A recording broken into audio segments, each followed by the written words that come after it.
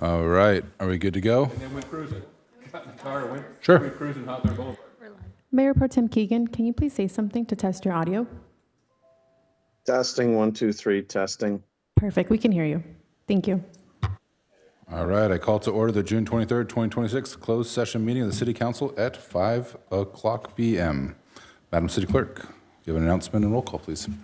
Yes, Mayor Pro Tem Keegan requested to join this evening's City Council meeting virtually via Zoom in accordance with Government Code Section 54953B, which requires the teleconference location be posted on the agenda and for the agenda to be posted at the teleconference location. The teleconference location must be open to the public and a quorum must be within the agency's boundaries. Lastly, it requires that all votes be taken by roll call. And with that, we'll do roll call. Councilmember Seaman? Here. Councilmember Francois is not at the dais. Councilmember Jackson? Here. Mayor Pro Tem Keegan?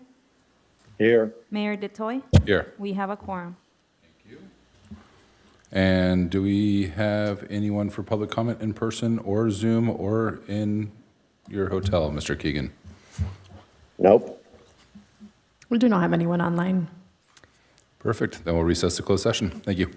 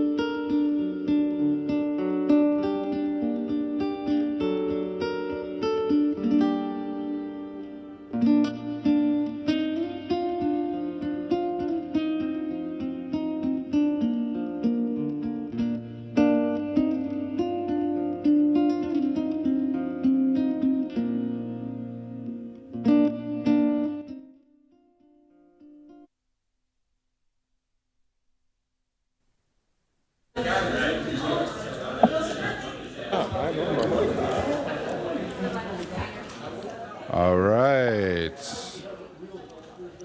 Welcome, everyone. I call to order the June 23rd, 26th regular meeting of the City Council at 6 o'clock. Who should I have?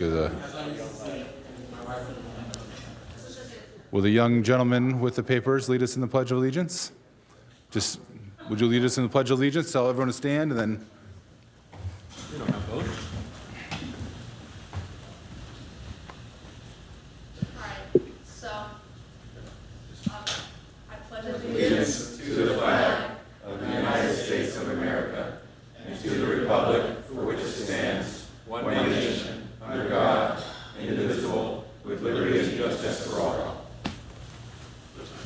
Thank you. And Madam City Clerk, you have an announcement and roll call, please. Thank you, Mr. Mayor. Mayor Pro Tem Keegan requested to join this evening's City Council meeting virtually via Zoom in accordance with Government Code Section 54953B, which requires that teleconference location be posted on the agenda and for the agenda to be posted at the teleconference location. The teleconference location must be open to the public and a quorum must be within the agency's boundaries. Lastly, it requires that all votes be taken by roll call. With that, we'll do roll call. Councilmember Seaman? Here. Councilmember Francois? Here. Councilmember Jackson? Here. Mayor Pro Tem Keegan? Here. Mayor Detoy? Here. We have a quorum. Thank you much. Mr. City Attorney, could you please provide us with a closed session report? The City Council met on the items listed on the agenda in closed session. There are no reportable actions. Thank you. That'll bring us to announcements. I want to thank everyone who joined me this past Saturday for the first iteration of the mayor's conversation and beach cleanup. It was a great turnout, and we plan on having a conversation and picnic in the park event to help celebrate the National Parks and Recreation Month. So please stay tuned. More details will be shared soon. And then there is a 2026 Hermosa Triathlon that will be scheduled in August. Not only looking for participants, but they're also looking for some volunteers. We'll get more information out to the public on that as well. Do my colleagues have any announcements? Thank you, Mr. Mayor. On June 30th, I will be conducting my next community forum right here in the council chambers from 6 to 8. Any member of the public is welcome to attend. No time limits at all. Just talk about any issues on your mind. Thank you very much. Mayor Pro Tem, do you have any announcements, or are you? I'm good here. Perfect. Now I'll take us to approval agenda. Motion to approve. I'll move that. Second. A motion from Councilmember Francois, second from Councilmember Seaman. We'll have a roll call vote, please, Madam City Clerk. Councilmember Francois, Yes. Mayor Detoy, Aye. Councilmember Jackson, Aye. Mayor Pro Tem Keegan, Aye. Councilmember Seaman. Aye. Motion passes 5-0. Thank you. And then we have our first proclamation and presentation. So, Madam City Clerk, could you announce the presentation? Give me a second. Recognizing Kim Swindle for her retirement and service to the city. Mayor, Council, community, just want to recognize our wonderful Kim here for 20 years of service. I have some prepared remarks, and then we'll bring her up to embarrass her in front of everyone because she loves the public spotlight. Just real quick, today we're celebrating Kim Swindell and an incredible career, but also the person she has had to made such a lasting impact on all of us. 20 years, impressive 20 years in Hermosa Beach is quite an accomplishment. When Kim started here, there was no iPhone, no Instagram, no TikTok, no DoorDash, no Zoom meetings. Back then, people still printed MapQuest directions, bought CDs, and thought cloud was just something in the sky. Somehow, Kim has successfully navigated 2 decades of change while proving that common sense never goes out of style. For all those years, Kim has been a steady presence, witty, thoughtful, and always principled. She never hesitates to stand up for what's right, even when it's not the easiest path, and that integrity has earned the respect of everyone around her.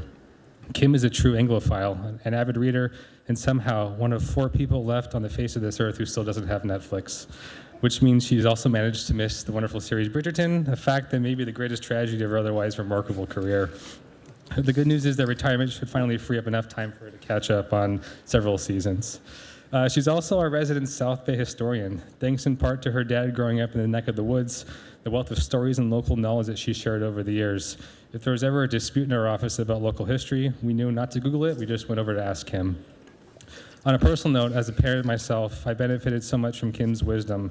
As a mom who successfully raised both a boy and girl, she always seemed to have the right advice at exactly the right moment for myself. And I'm grateful for the guidance over the years that I've been here. So Kim, we want to thank you, all of us, for your humor, your conviction, your friendship, and everything you've contributed. You've made this a better place and a city that's proud to have you as one of its own. You'll be deeply missed. We wish you nothing but happiness, great books, long walks through the South Bay, and perhaps finally a Netflix subscription.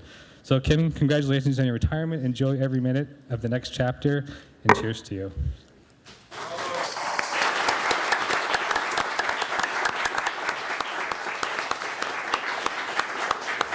And now a few words. Thank you. All right, well, I got a lot of awards for you, so you got to stand up here. Brandon, I think you got to help me out here. I don't even know where to start. Ann needs to tell me. All right. Well, yeah.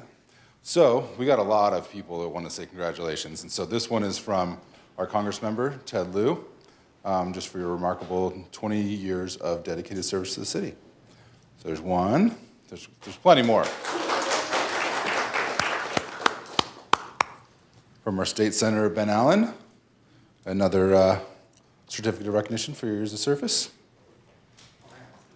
I know, we got everyone on board. From our assembly member, Al Merit-Succi.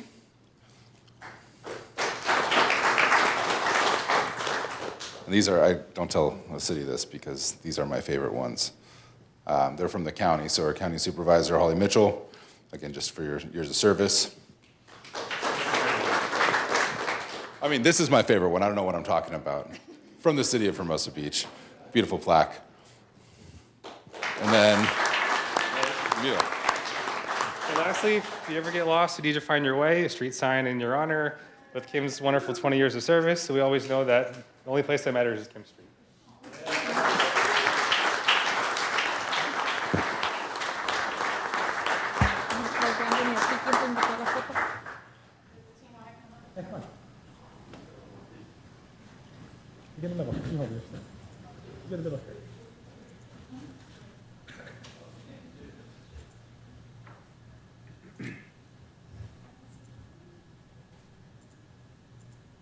Awesome.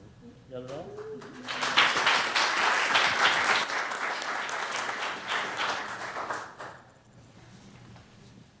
All right, next up we have recognizing July as National Parks and Recreation Month. So do you want the handheld or you want to? I'll go. All right. Director Nichols. Good evening, Mayor Pro Tem, and City Council members. On an annual basis, every month of July, we recognize Parks and Recreation Month nationwide. So we celebrate not only our parks and in our city, our beach, but our parks and recreation professionals. We have a list of activities that we're going to host this month to celebrate, and we're going to bring up our calendar here. We encourage our community members to get out and enjoy our parks. We also have a couple events that we're going to be hosting as well. First, we're going to not only have our special events that we have here in the city month-long with our junior youth volleyball tournaments, we're also going to have our special event in the park with Sunny, who is a beloved mascot in our community, and he is going to be giving out special treats. And we're also going to have a picnic in the park with our mayor. So all of these events are going to be listed on our social media and our city calendar as well. And we encourage everyone to celebrate the month with us, tag us at HB Parks and Rec on our social media so that we can share how you're celebrating the month of Parks and Recreation. And I've also asked my full-time team to be here this evening to celebrate this event, as well as our commissioners. And we are so appreciative of them. They are part of our team and work with us alongside all things Parks and Recreation. Perfect. And I do have a proclamation if the whole team and all the commissioners want to get up there for this proclamation. Oh my gosh, Sunny can get in there too. Special appearance by Sunny. Sonny needs some room. Return. Hey, stay. Elka, watch yourself. I don't know if I can read the resolution now. This is too impressive.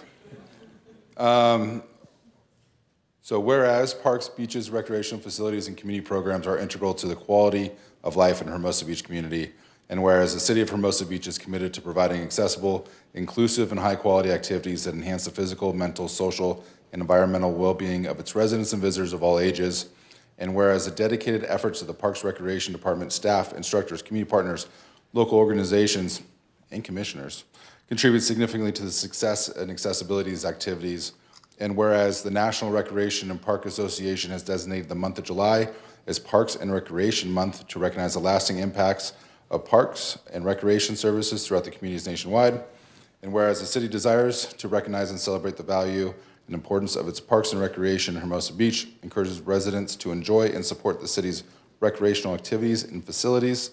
Now, therefore, I, Michael DeToy, Mayor of the City of Hermosa Beach, California, do hereby designate July 26 as Parks and Recreation Month in the City of Hermosa Beach and invite community members to enjoy benefits derived from participation in recreational programs and encourage participation in Parks and Recreation Month celebrations throughout the month of July.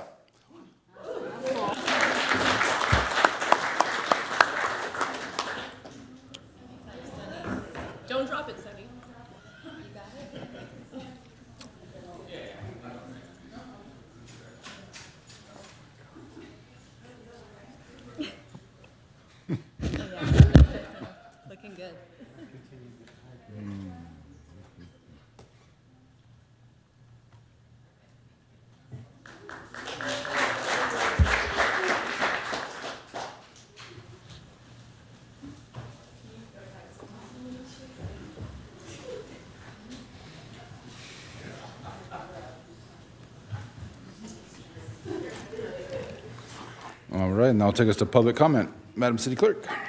This is the time for the public comments on items within the city council's jurisdiction, including items where public comment is not otherwise taken, city manager reports, council member comments, consent calendar items not pulled, and future agenda items. If a speaker comments now on a public hearing or municipal matter, they may not comment again when that item is heard later. Public comments are limited to 3 minutes per speaker, subject to adjustment by the mayor or city council. Speakers will have another opportunity to comment on any consent calendar items pulled for separate discussion, as well as public hearings and municipal matters when those items are heard. The first speaker is Jim Holtz.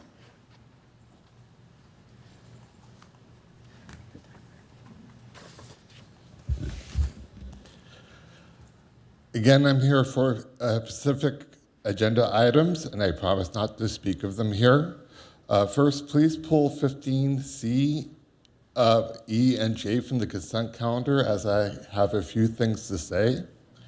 I have sent 2 emails and raised this once here, asking how I can file and pay TOT without being forced through the unresolved Deckard portal issues, one-sided third-party vendor TOS, and non-revenue certifications under the penalty of perjury. I have publicly said here that I am now collecting TOT and wish to pay the city. Yet it's been more than 2 weeks since my first email and almost a week since my follow-up.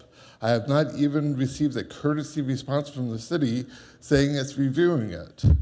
The Deckard portal raises a broader concern.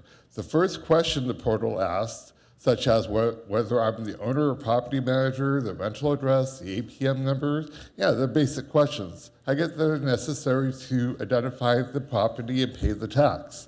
But the portal then moves into operational questions, including maximum occupancy before I can reach the point of paying TOT. That is simply not a tax calculation.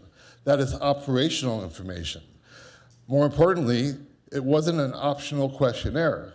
I could not continue in the portal and get to the point of paying TOT unless I certified the non-TOT operational information under penalty of perjury. That's where the process crossed the line. I specifically explained in my emails why the maximum occupancy question is a problem, but the city has not responded. If the maximum occupancy is part of the STR permit, enforcement, safety, or policy program, the city should say that clearly. But if the city says it's necessary for TOT payment, why is that question not on the standard TOT return? So why are STR hosts being singled out and being blocked from paying unless they certify non-revenue questions under the penalty of perjury? If a maximum occupancy is not needed to calculate TOT, then the city should say whether it's tax collection, permit screening, enforcement intake, or an assumption that STRs are already a problem category. And if the city's using the tax portal to collect operational information for regulating STRs in the coastal zone, the city should explain the authority for doing that and whether the Coastal Commission review is required. The city should not treat operators as non-compliant while ignoring written questions from the operator who is trying to pay TOT, but is blocked by non-revenue certifications under the penalty of perjury before the payment is accepted. Thank you. Next, we have Michelle Hampton.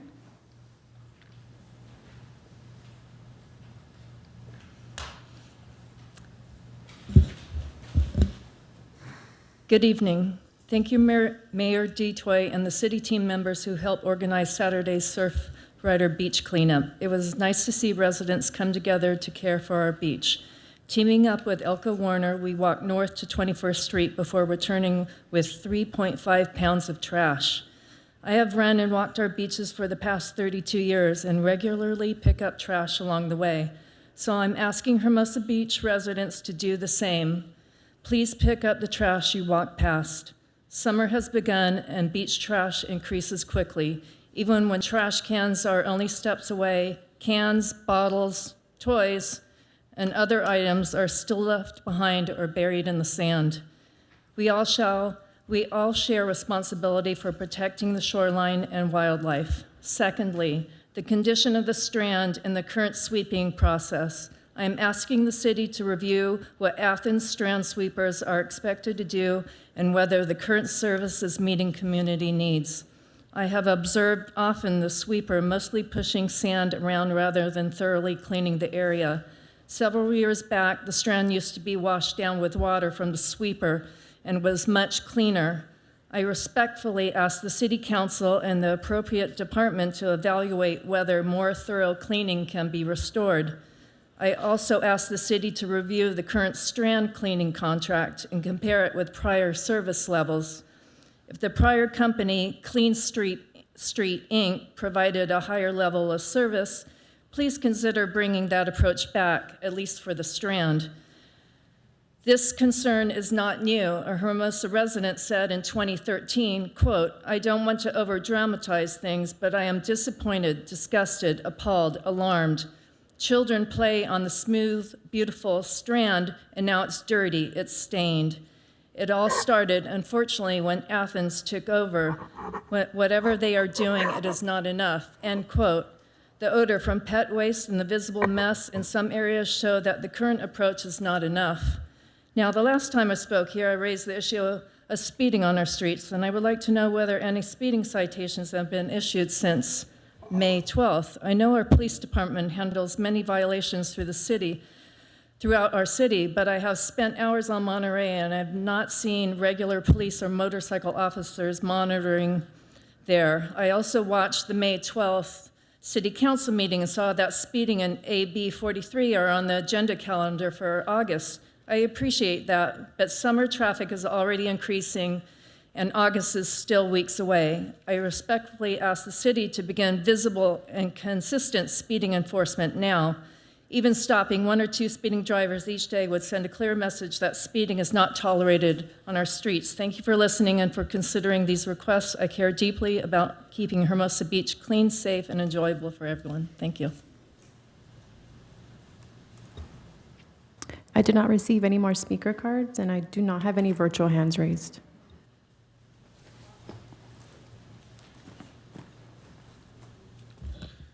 Good evening, Council. Mr. City Manager, keep this brief. I had a conversation with a gentleman named Mark who was really appreciating the social media City Council recaps that the city has been doing, and he asked that we consider doing those before the meetings as well. I know the agenda is published, but having those available on City's social media page might make it a little bit more accessible for residents if it doesn't cost too much staff time, which I imagine it won't. Thank you. Anyone else for general public comment? Anyone else online? Anyone online? All right, we'll close public comment. Bring it back to my colleagues for council member comments.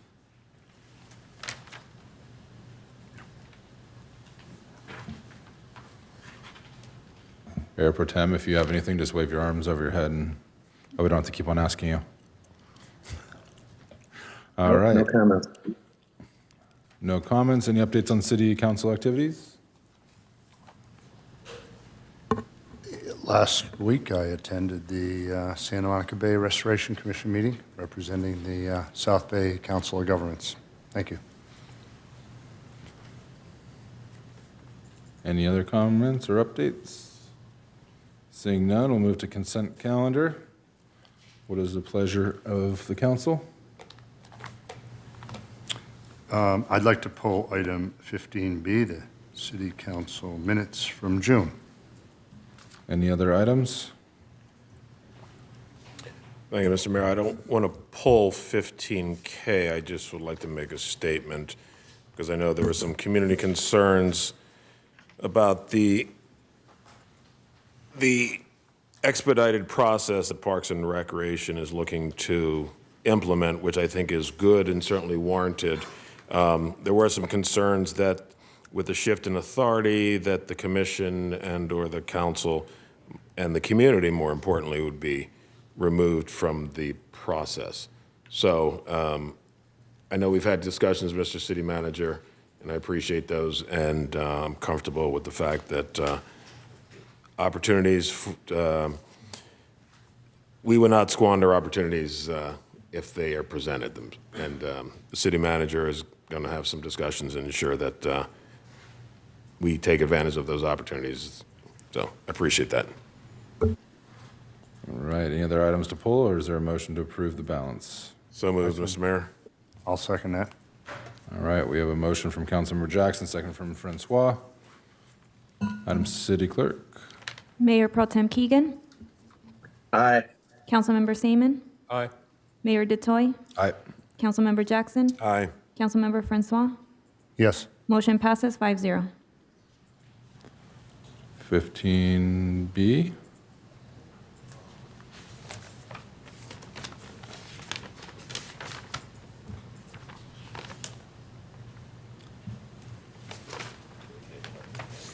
No. Assume it'll be quick. Is there an agenda item for, or a staff report for 15B, the city council minutes? No, Assume it's it's up just a here. receive and file and recollection of minutes, so. They're the minutes. Martha, if you want to talk about their action minutes, they're not meant to be verbatim. The video is typically treated as the verbatim minutes of the city council meetings, and this is for acknowledgement of action items that took place. Okay. And Councilmember earlier today, we did make some changes to the minutes, and so we have provided everything that we normally would under action minutes. All right, Councilmember Francois, you have questions, I assume? Yeah, I pulled this item because I want to ensure our minutes are factually correct, and it looked like they were not because a point of order was made, 2 points of order were made. The mayor ruled and took action on those points of orders, and those were not included in the minutes. So I just have a few questions, Mr. City Attorney. Our municipal code adopts Robert rules in all points of order and appeals, together with reasons given by the chair, are required in the minutes. Is that correct? Could you repeat your question? Yeah, under Robert's rules, which we've adopted, all points of order and appeals, together with the reasons given by the chair for the ruling, is required to be in the minutes. Is that correct? Correct. Okay. So the clerk has a duty to keep a correct record of the proceedings, correct? Correct. Okay. So is a point of order under Robert's rule considered a procedural action, and the mayor directing a member to cease considering a ruling or action, is that considered an action? A procedural action, yes. Okay. So, Mr. City Manager, is it staff's duty to present council with an accurate draft of minutes for approval?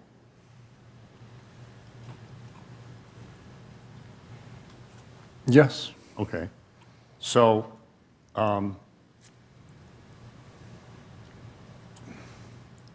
so we're presented here with two revisions or two versions of the minutes. Are we being asked to decide one of or the other version, or which version are we being asked to approve tonight? I haven't seen the revised version, if there is a revised version. What is it that you're saying is inaccurate? Well, there's two versions of the minutes we've been provided with here. One version, a revised version. So is it now the council's? Just for clarification, there's discretion? 2 minutes. One is adjourned meeting, which was the interviews for all the commissioners, and the other one is our full meeting minutes. That's correct?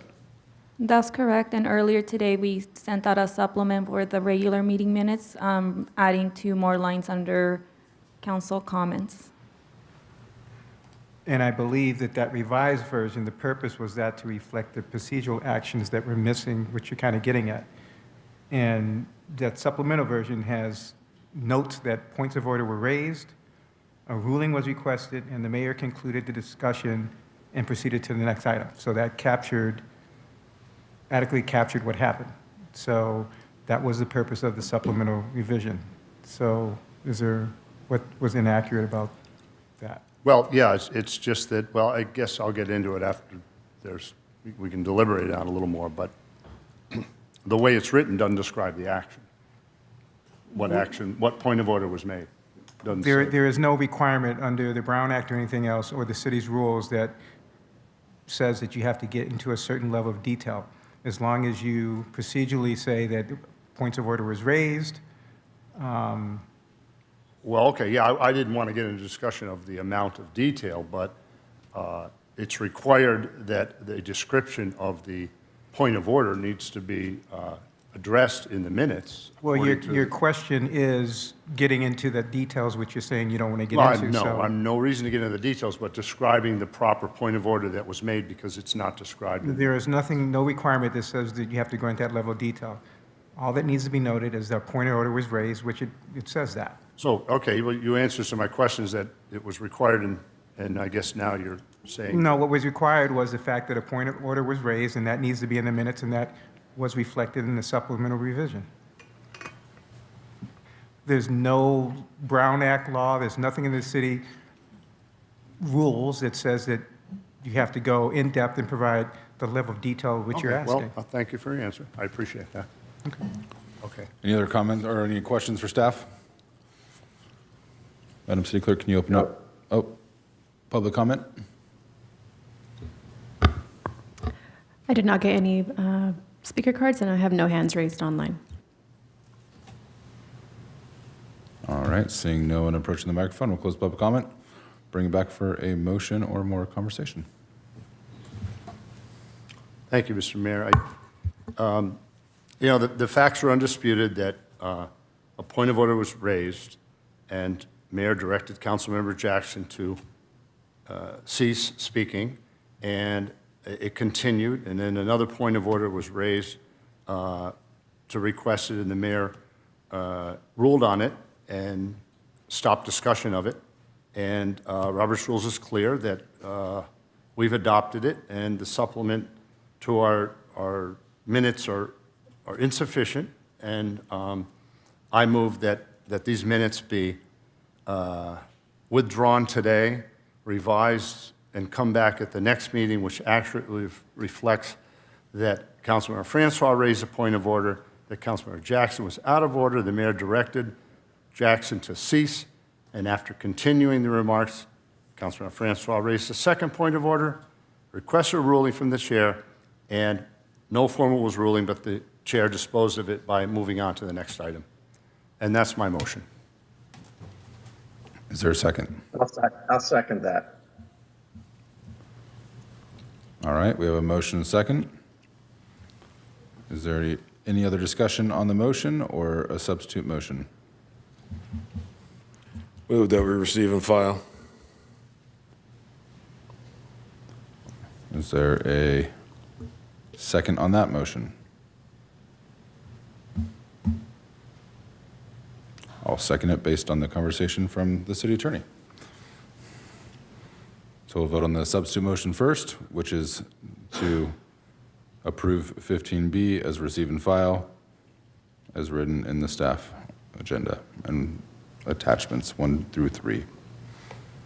Madam City Clerk? Councilmember Jackson? Aye. Councilmember Francois? No.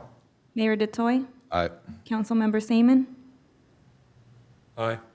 Mayor Pro Tem Keegan? Aye. Motion passes 4-1 with a no vote by Councilmember Francois. All right, that'll take us to 16A. Mr. Walker.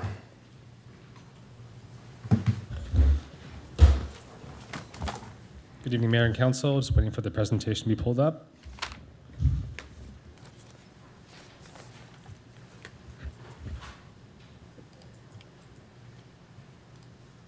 All right, thank you. So this is a continuation of a fee study hearing, which was originally held by City Council on April 28th.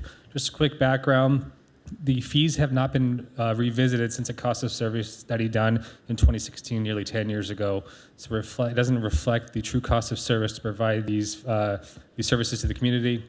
So staff came to council on April 28th with a plethora, a list of fees on which council approved almost all of them, but 19 for an increase up to full cost recovery over a 2-year period. So the continuation of this hearing here is to focus on those 19 fees and get direction from council on what next steps should be taken.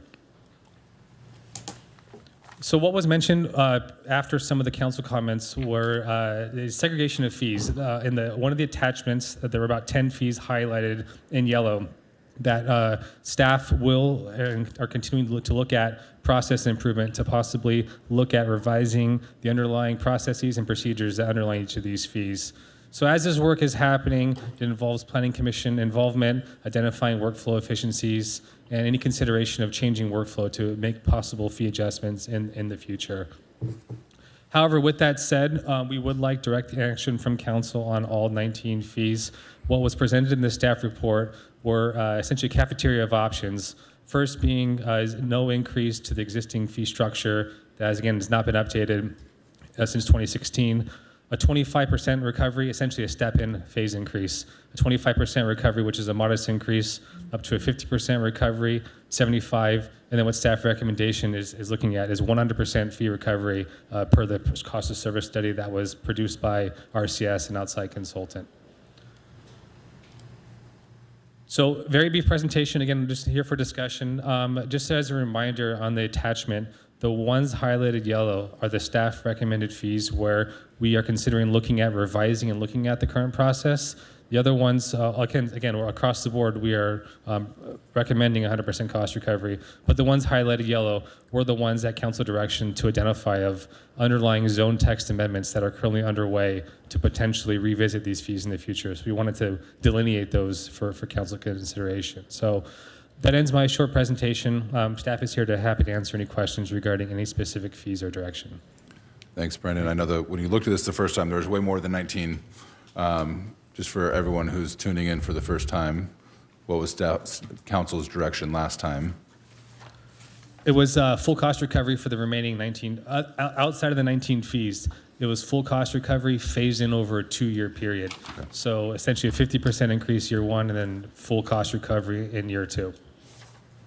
Perfect. And then these 19 fees were earmarked for further discussion. Okay. Looking to my left for questions. This is something we've looked at, this is our third time now, I believe? It's been continued twice. This is continued, yeah. Councilmember Seaman. Just on what you just said, a little further note on that. I understand the recommendation for the 19 fees, but those outlined in yellow, you're recommending that they also be approved at one of the 5 levels that we have? So full or staff. Are those going to be deferred?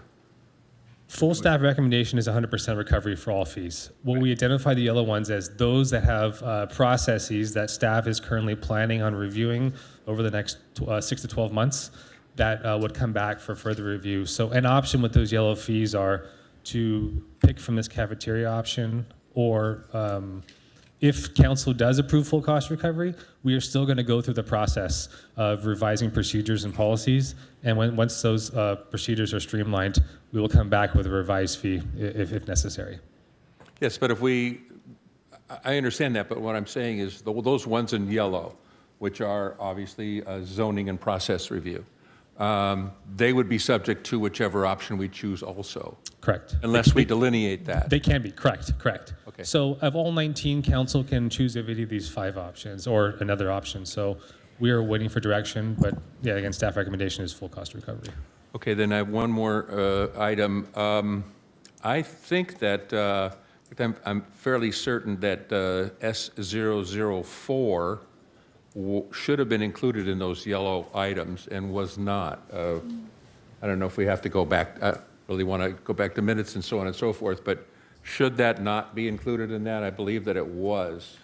Well, some question about it. The yellow items were the items identified by staff as being under review by ComDev. If council wants to add that, they certainly can. Yeah, that doesn't preclude from any of these being under full review. If council directs full review of all 19 fees, that's feasible too. So if that was a clerical error on my part, I apologize. But yeah, if council directs us to review and process that, we can take that. So we would have to vote on that to include 004 in the, I think there's 11 of them in the yellow. So if you... The city attorney could opine, but I think we would take direction by each fee or whatever direction we have from each of the 19. If one of it is so choose. It's a PDP fee.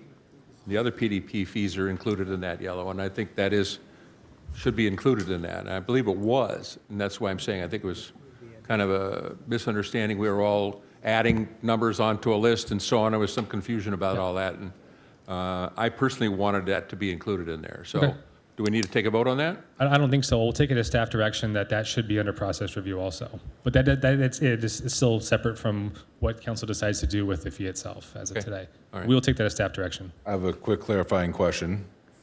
Option 4 in the staff report, all the ones that are highlighted are in option 4. That should be correct. Well, there's just But just for clarity of record, yes, if council's direction is that option S004 should be under consideration for zone text approval, we'll take that as staff direction and include that. Okay. But that really wasn't my question, though, because Well, option 4 is a percentage. You were just talking about highlighting, though. That's the highlighted ones are all the ones that are laid out in there. Yeah, that's a good point of clarification. Highlighting does not determine any set level of fee. Highlighting is just staff designation of those that are under planning for consideration. Right. If council's direction is for SO4 to be under consideration, we will take that as direction and include that. A separate discussion is which of each of the 19 fees, what is council comfortable with as far as setting a new fee for each one. Okay. Got anything?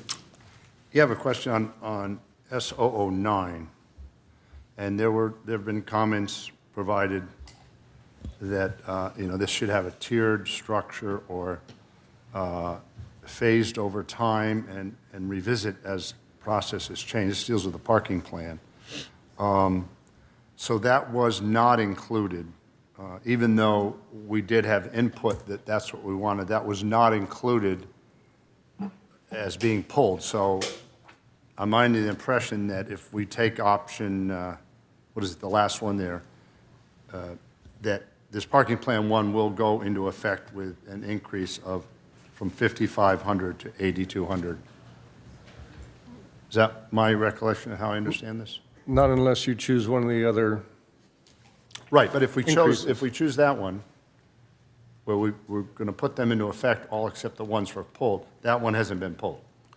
Again, council's choice as to the fee increase numbers, whether it's 25, 50, 75, 100, whether it's the ones highlighted in yellow, they all need to be determined what the fees will be. So Allison can correct me if I'm wrong, but the way I'd seen this distinguishment is the ones in yellow are more a formal process that are embedded within zone text amendment language. All of these fees have underlying procedures and processes in place. If it is council's direction for us to review any of these processes, regardless if it is affected by zone text amendment or just internal processes, we can always come back and review those too. So the yellow are more just what's planned as far as process review, but if it is council's direction to revisit or restructure or relook at a different fee tiered structure underlying a process approval, we can take a look at that also. Yeah, the yellow highlighted items are items that will be considered by ComDev and Planning Commission over the next year to create efficiencies in where possible, but it's unclear what those efficiencies might be or how efficient they will be. And so the question before council tonight is whether to increase those at all tonight, defer the increase and keep them as they are for the time being until they're brought back, or one of the different levels that are presented here. Okay. Thank you. And if we go with option 4, deferring those fee increases that were listed in the staff report, are there other fees as part of option 2 that we still need to make decisions on, or have those already been approved? The ones that would be deferred are the yellow highlighted Right. ones. So does that mean the other ones The have other already? ones would still need, yes. We need to make a correction. decision on the others as well tonight. That's what we're asking, yes. So when we do option 4 and we exclude those for If now, that's- if we that's still have to make a council direction. decision on the fees on Yes. many others. Well, on this the chart. remaining ones. Okay, all right, thank you. Thank you for clarifying that, thank you. Mayor Protem, you have any questions? Just one. I had thought we'd already approved the balance at a 2-year process. Is that not in effect currently? That is in effect. So to Mayor DeToy's comments in the beginning, yes, the balance has already been approved on the April 28th item. to phase in over 2 years. We're just focused on these 19 fees that were held over for consideration tonight. Right, there So are, we do not have to take action on the balance. Only the 19 that are in question tonight can be What? done, and the others can be left alone, correct? yeah, Mayor Pro Tem, I think the question that was posed before was the balance being the ones that aren't highlighted in yellow, the 8 items that aren't highlighted in yellow. There are 11 highlighted items in the chart that we have here as attachment 2. If council decides to defer increases in the highlighted items, staff is still asking for what the increase is, if any, would be directed by council to staff regarding those 8 remaining items that are Okay, thank you. in white. Thank you. Any other questions? So I guess when we get down to deliberations, we'll have to figure out whether we're going to go one at a time on those, and then just depending on how it goes, so we're clear on where we're going on that. So I just hope we can get that clarified when we're down to making motions. Thank you. Thank you, Mr. Mayor. All right, seeing no other questions for staff, we'll open up for public comment.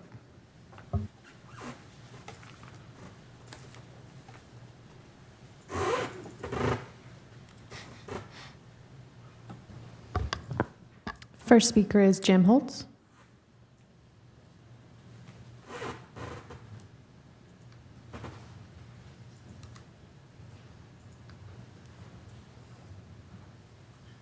Before you start the clock, I submitted speaker requests before the meeting for consent calendar 15C, E, and J.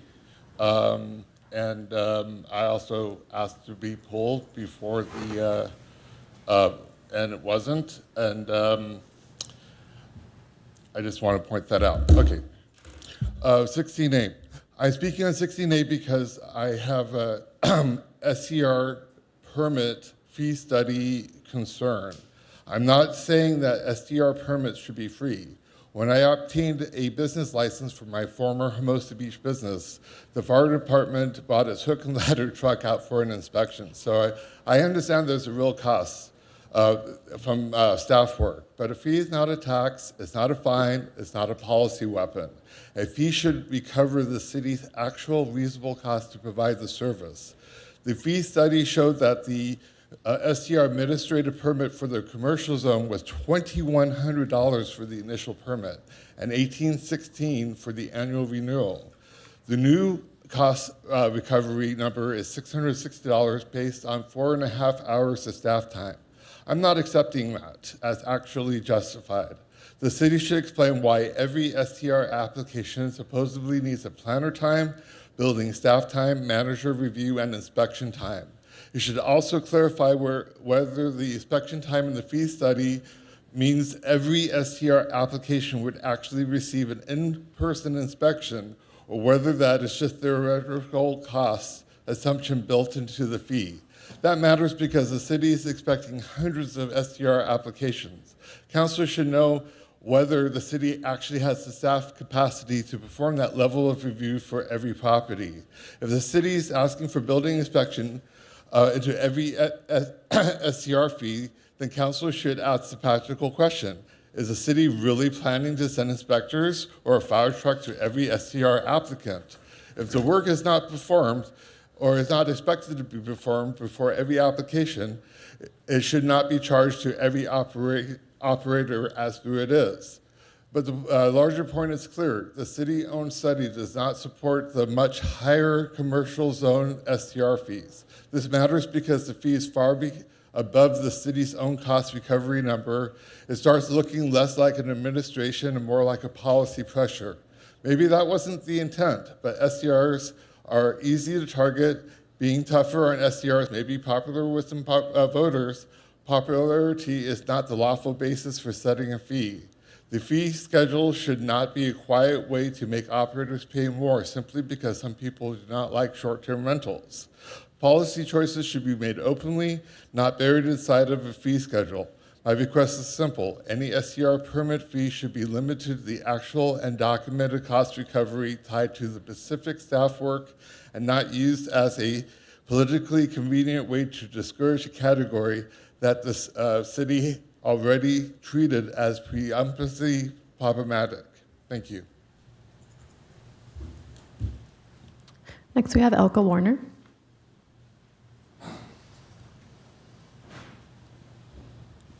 Good evening, Mayor DeToy and council members. I help manage a small retail business in downtown Hermosa, and I wanted to share a quick perspective from the ground level. I understand the city needs to recover costs and maintain long-term financial stability. But for small businesses, these fees are not just numbers on a spreadsheet. They affect real decisions, whether to improve a storefront, update signage, or invest in a space. Many businesses are already dealing with higher operating costs. If fees increase before the city makes the approval process faster and simpler, businesses end up paying more without knowing if they'll actually receive a more efficient process. That's why I support option 4 to defer certain fee increases until the city can evaluate whether process improvements are reducing staff time and making approvals more efficient. If applications become easier and quicker to process, fees should reflect that. Simpler projects should cost less, and more complex ones and repeat applicants shouldn't be treated like they're starting from scratch every time. Hermosa benefits when businesses continue investing in their spaces, improving storefronts, and keeping our commercial areas active and occupied. I encourage the council to take a measured approach that supports both fiscal responsibility and a healthy business environment. Thank you. Next, we have Laura P.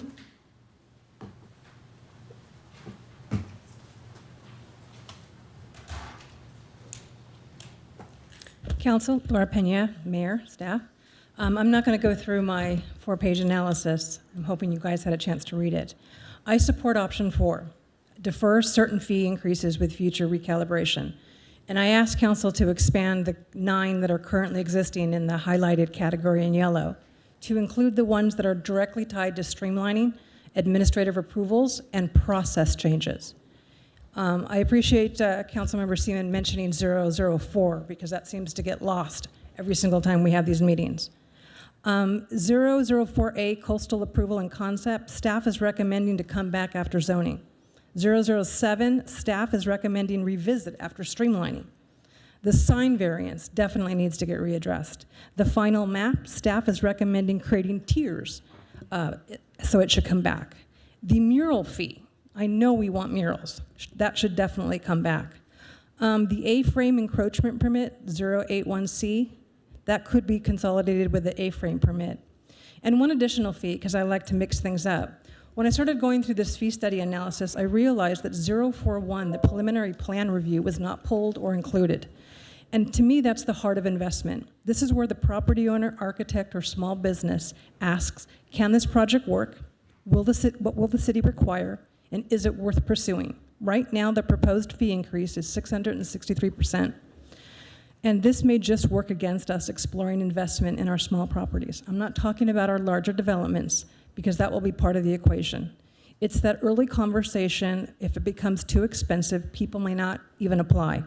I'm not saying that we shouldn't pay for staff time. I'm just recommending a tiered process. The issue tonight is not whether the city should recover costs. Cost recovery is reasonable. The issue is whether those costs reflect efficient, predictable, and a competitive process. Some of the proposed fees are significantly higher than our neighboring cities. Our variance fee is $9,985, yet Redondo only charges $34.14. It's almost triple. Why? The sign variance is $79.80, but Manhattan Beach only charges $35.74. This is alarming because small businesses are trying to improve visibility, storefront identity, and wayfinding. I also think we should organize a better way of our fees for signs. We have right now a planning sign permit, a master sign permit, a temporary sign permit, a minor signing planning review, planning A-frame, I mean, it's getting ridiculous. For a small business, signage should not feel like navigating a major land use entitlement. This is why I support option 4, because it's a balanced approach. It does not say no to revenue. It doesn't ignore the general fund. It doesn't dismiss staff's work. It actually highlights what they're trying to do. Let's finish the process review, identify efficiencies, create tiers, and recalibrate the fees based on actual work. Thank you. Next, we have Michelle Crispin.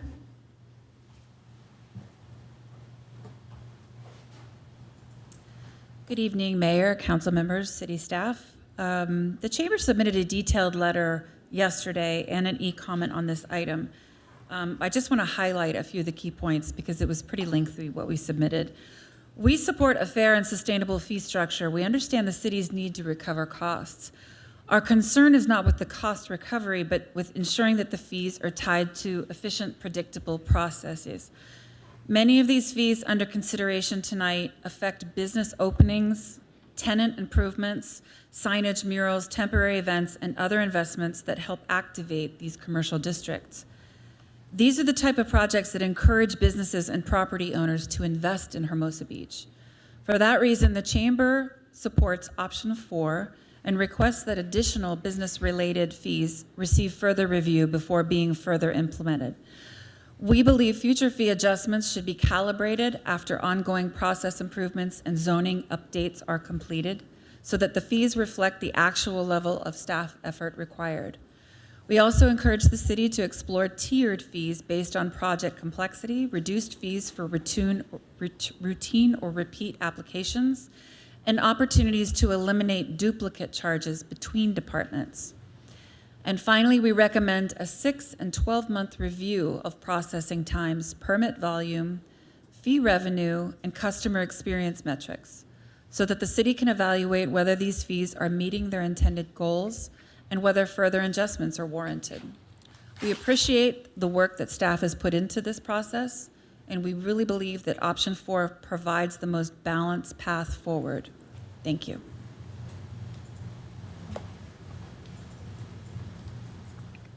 I did not receive any other speaker cards, and I do not have any hands raised online. John? John David, I had not planned to speak, so it's going to be a little bit random here. So first of all, I would support holding off. I guess option 4, it sounds like, any fee that where we're trying to improve efficiency, I would leave as it is. I know we need the money, but I think we need to look for it in a different way, and I think we don't need to bake in inefficiencies. And when I say inefficiencies, I actually mean nothing against staff, because I've met with plenty of them. They work really hard. If we have inefficiencies, it's you guys to say, hey, this isn't working, let's make it easier. We need to focus. If we do stuff like that, we can invite investment. I think our biggest tax revenue is not going to come, or revenue source is not going to come from these fees that hurt these small businesses. They're going to come from people like myself wanting to invest in our properties, wanting to expand, creating a higher tax base. I did want to bring something up, is you're not going to get in our downtown, you're not going to get any significant investment unless we finally breach the idea of raising the height level from 30 feet to 35 feet. At one time, we had a 45-foot height limit. The appetite wasn't there for that, so dropped it down to 35, came down to 30. I think that you would find that we get more investment and more tax revenue if we investigate the idea. So the other thing is just when you're making a decision, really consider small businesses. These guys, they're not like maybe you think. A lot of them are struggling every day for years. It's just, can we get by the day? So an increase of $1,000, though it may not sound like a lot, it has a tremendous impact on some of these people. So that's all I had to say about that. Thank you.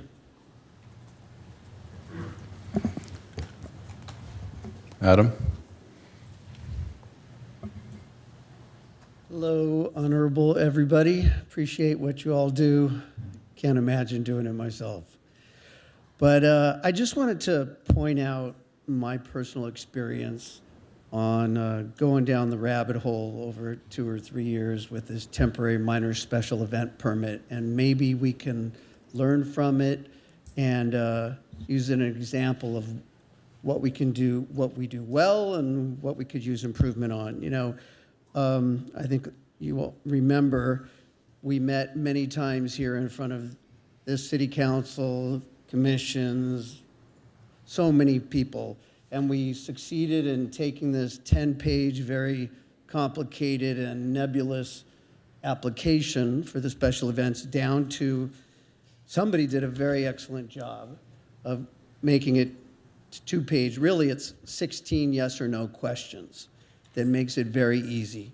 And so that's kind of one step, is looking at all these things and going, is this absolutely necessary, every single item on there? And I know that's a lot of minutia to have to deal with. And the second part of it is then figuring out how to make the approval process more efficient. And just as an example, what happened in 2024 is after we submitted our application, we got a long letter back from the planning department with 9 points and 3 pages, and then another one from the building and code enforcement, and another 2-page hand letter from the captain of police.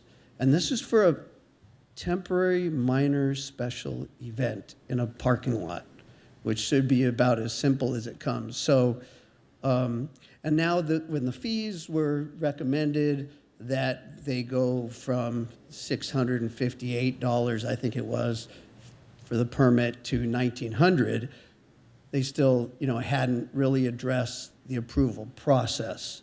So that needs to be streamlined, just like the application was. And, one suggestion that I would have is that I was on the Economic Development Committee with a lot of other people who are a lot smarter than me, that put in a lot of time, and we would come up with these recommendations. And I didn't feel like there was a real clear path or a person that had the same goal as we did to streamline these processes and to, make a more vibrant economy. So who do we have people whose job it is to look at the specifics and the minutia to make it more streamlined, and work with the volunteers in our city who are putting in so much time to make it easier and less time consuming for the city staff and all of you. Thank you. Thank you. Anyone online? No one else in chambers? We will close public comment and bring it back to the dais.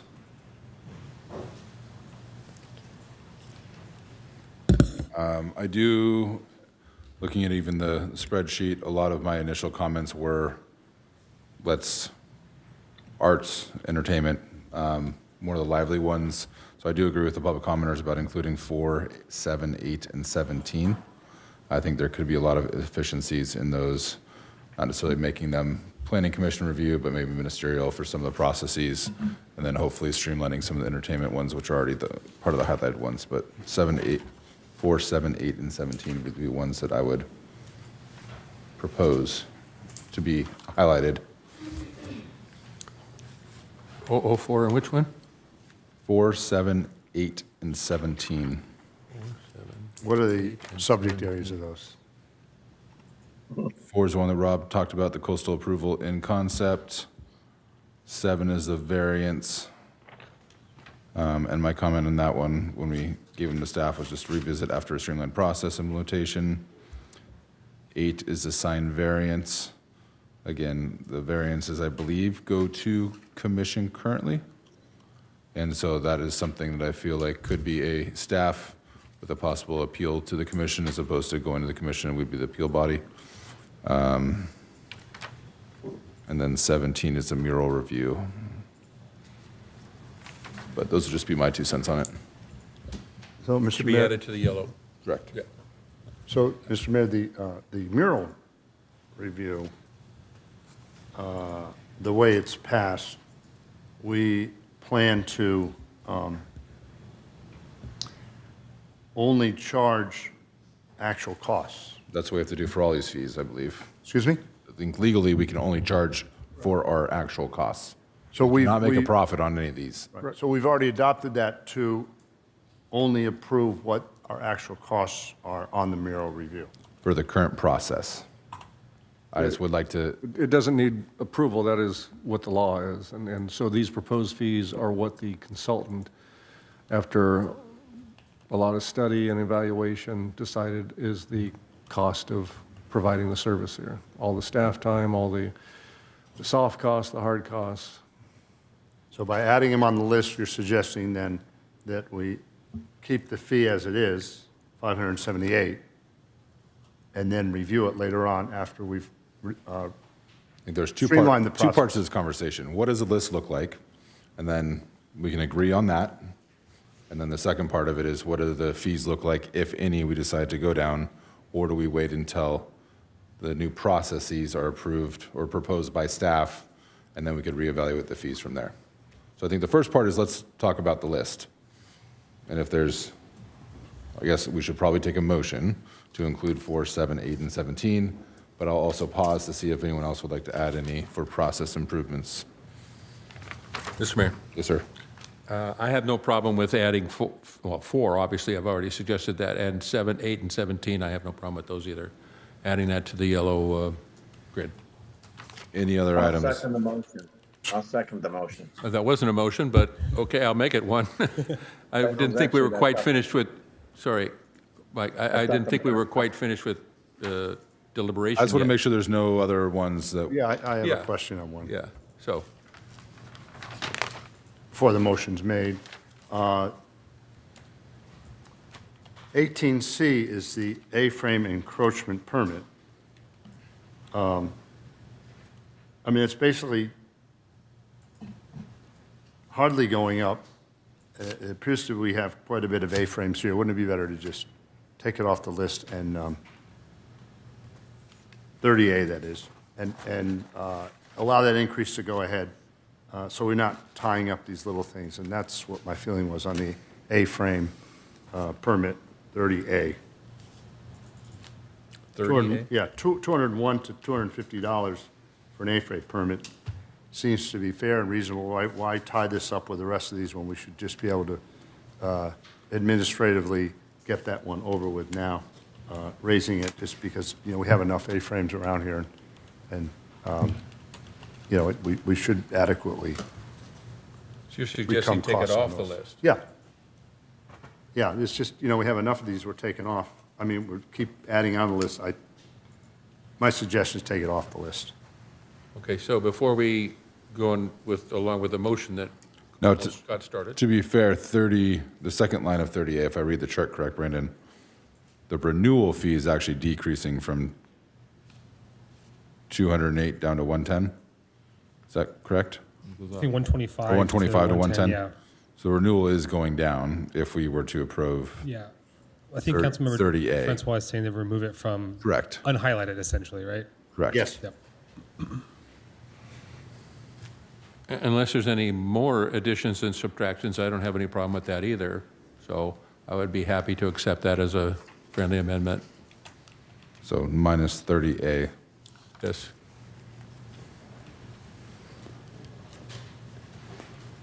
Ray, you got anything? Not on this part. Okay. All right. So restating the motion, 4, 7, 8, and 17 added, 30A subtracted. For process review. No increase pending process review, correct? Well, that's the second part of it, Okay. just right now. Yep. Those are the ones that we want to emphasize for process review. Hopefully, we get in a cadence of reviewing all processes and, you know, as we move forward with implementation of new technology, et cetera. That is, Amended second. All right, so we have a motion and a second. Madam City Clerk? Mayor Detoy? Aye. Mayor Pro Tem Keegan? Aye. Councilmember Jackson? Aye. Councilmember Seaman? Aye. Councilmember Francois? Yes. Motion passes 5-0. All right, now the second part of it. Mr. Mayor, Yes, sir. shall I take a shot at this, or do we leave it open for Well, there's deliberation? two ways we're looking at it. We still have to approve the balance, the non-highlighted section. So if we want to have them match the previous items, it'd be the 50 I was and going full. to make a suggestion for both. Okay. If you don't mind. I believe that it's important that we have a look toward the businesses and the cost of opening a new business and getting permits here. And so I move that we choose option number 2, 25% of recovery for all the yellow-coded fees as we have just amended them. And then also option number 4 for all the others to be, and all of them to be reviewed in 6 months. Okay. So just for clarification, 25% increase for the non-highlighted items? 25% increase for the highlighted items. Okay. And 75% increase for the non-highlighted items. Thank you. As we have just amended them. So I'll make that a motion. Is there a second? All right, that will die with no second. Is there a substitute motion? Councilmember Jackson. Thank you, Mr. Mayor. I was almost there with you, Rob. I just have a slight deviation or two.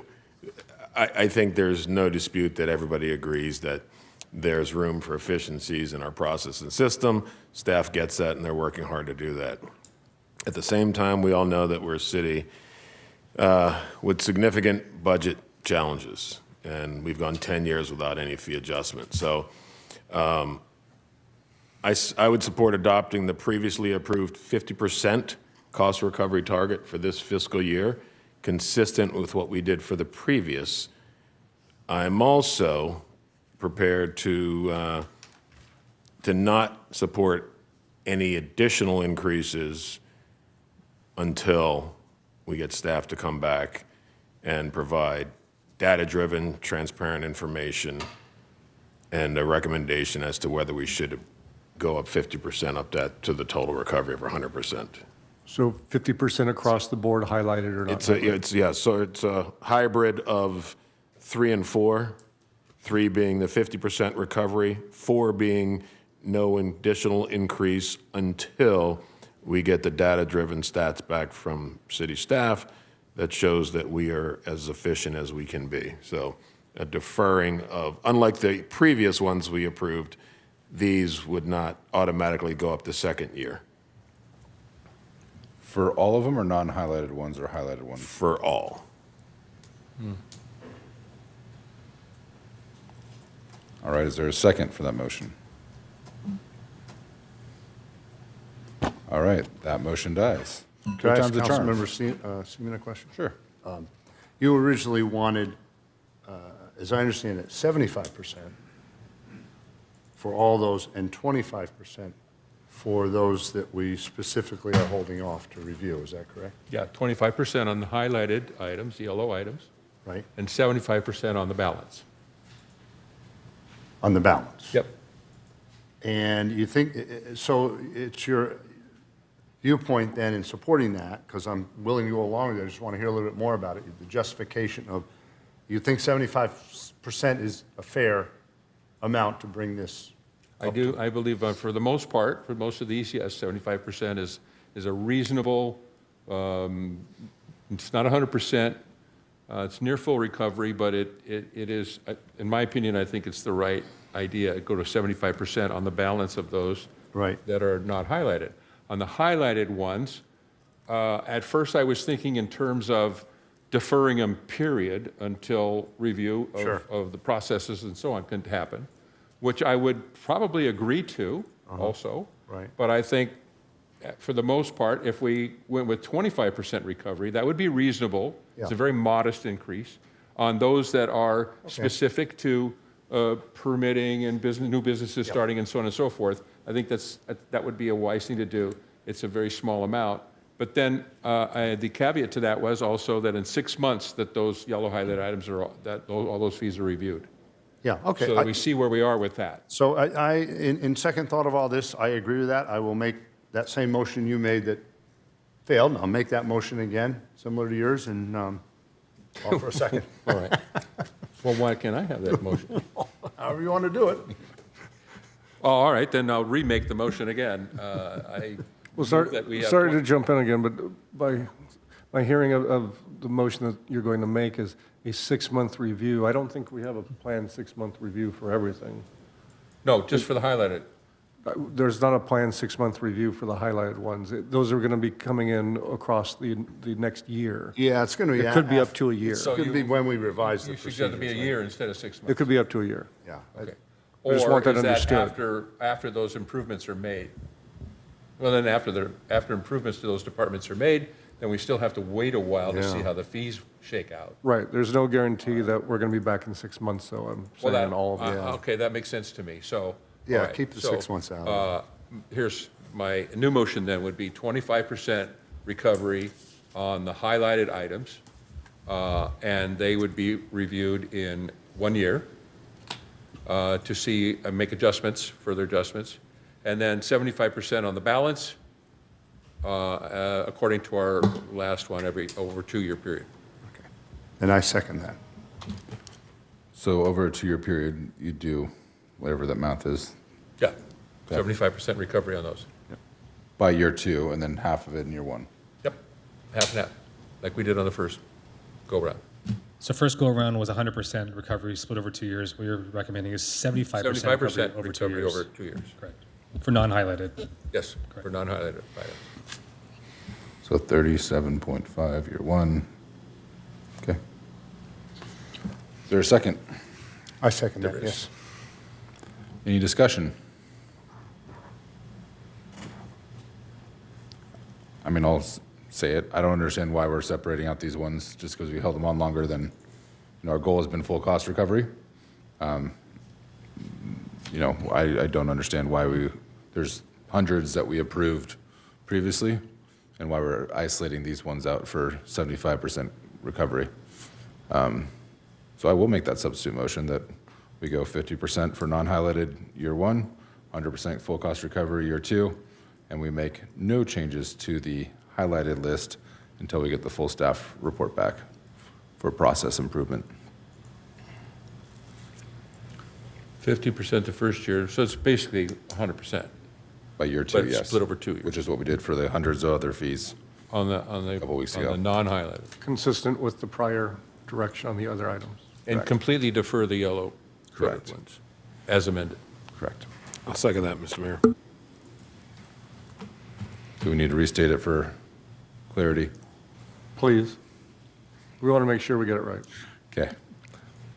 I move that there's no changes in fees for the highlighted lists 1, 3, 3B, 4, 7, 8, 17, 18, 18A, 24, 30, 34, until the process improvements come back to us and there's a new evaluation on staff time.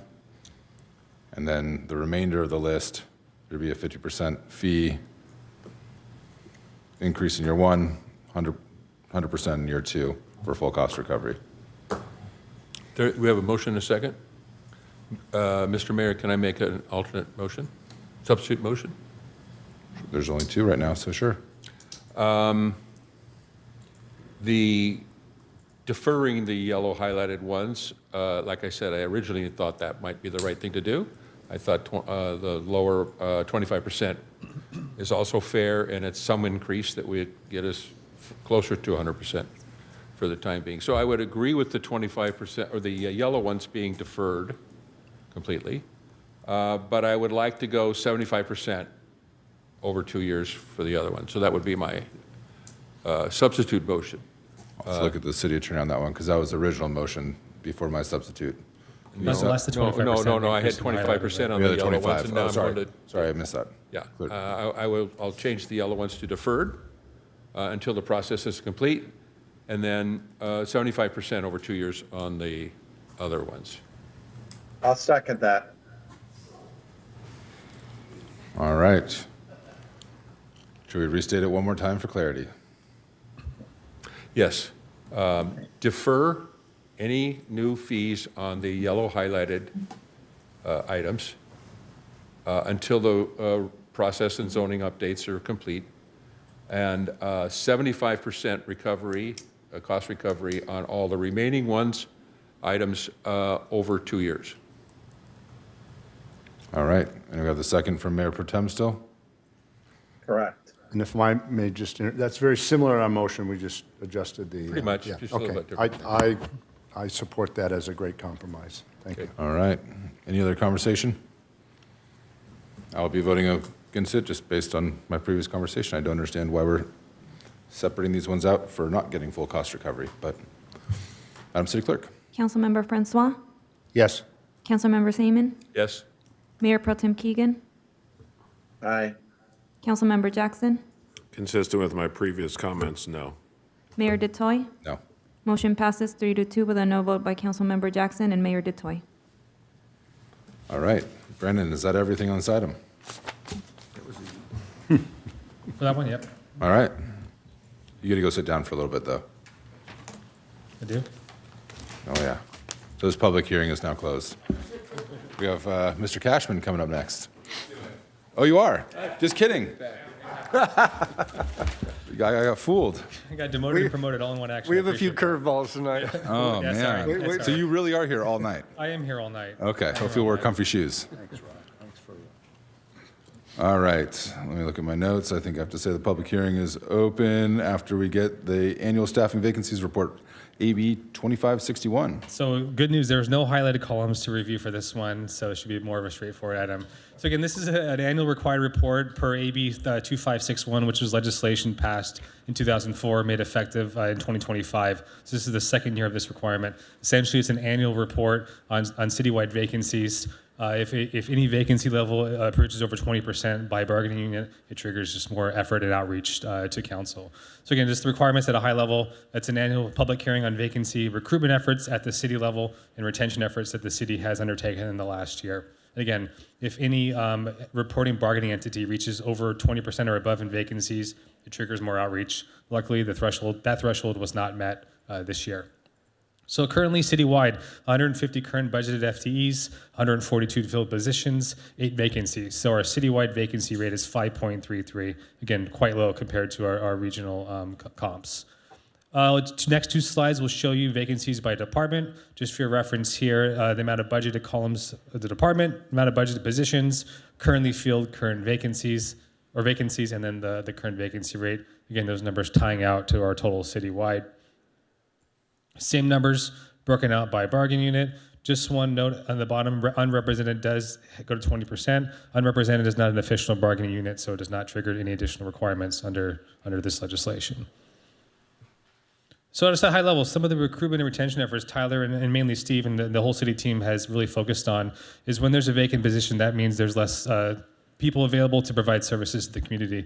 So recruitment and retention is one of the key priorities outside of a fiscal balanced budget. What we've done is looking at the targeted use of signing on bonuses. Those positions that are very, very high in demand from the private sector, those are tough to fill, mainly planners, engineers, and like. We use those signing bonuses to do targeted recruitment where there is extreme outside pressure from private entities and they have shown to have trouble hiring on the public side. Some of our retention efforts per bargaining MOU, an education incentive program to encourage staff development and furthering education at all levels of the organization, again, with a tuition reimbursement along the same lines. Again, some of the more lower ticket items, but are equally as important, looking at a merit pay system. Again, ongoing employee recognition and appreciation programs that we have a full employee recognition committee that does great work, making sure that all 150 plus employees feel seen, heard, and recognized. Again, so very, very short report. Again, just for this public hearing, we recommend action is for conducting the hearing and receiving and filing the annual vacancy report. So that ends my prepared presentation. Happy to answer any questions. Thank you. Any questions from my colleagues? Seeing no questions, we'll open up public comment.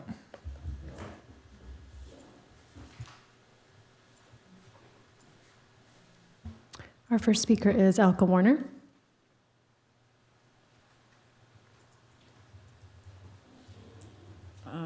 First of all, I'd like to thank you, city staff, the city manager, and the finance director for all the work you've done to balance our budget. I know it hasn't been easy.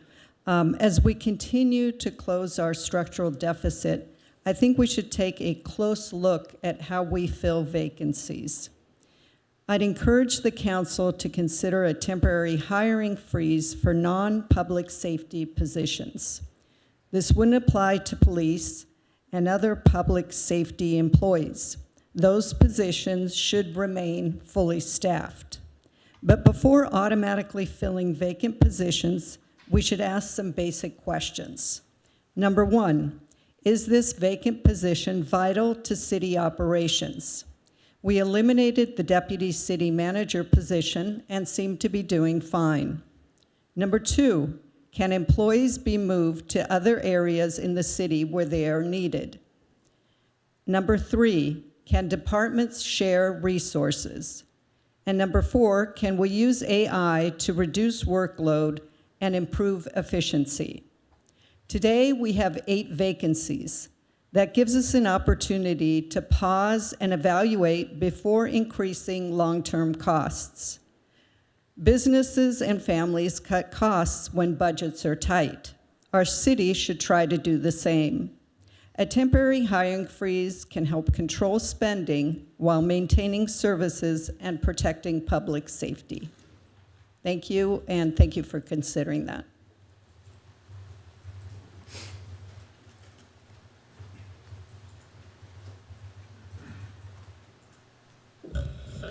Good evening, Council. Eric Horn. I do agree that we need a process for evaluating the continued need for positions in light of vacancies. My understanding is that the city is already starting to do this. I would note that in the fiscal year 2027 budget, the staff recommendation is to cut 2 employees from the administrative services or admin, finance, and city clerk's office. I think that the process through which you went through to look at those workloads and to see where technology can help share the load amongst other employees, we should have a standard operating procedure for that. I'd be curious to see how that would apply to other departments. The problem with the hiring freeze is that what happens when someone like, God forbid, Joe San Clemente were to leave the job, or Brandon Walker. A generalized hiring freeze would put the city council in a position where if somebody left, they would have to then come back to council to ask for an exemption to hire for a critical vacancy. And critical vacancies are not just in public safety functions. So I would recommend against a general hiring freeze, but certainly believe that over the next 2 or 3 years, we can achieve continued cost reduction through looking at permitting, technological advancements, and some of these other administrative functions where I know that technology can spread that workload out over time, just as we are with the city clerk's office and with accounting and finance. Thank you.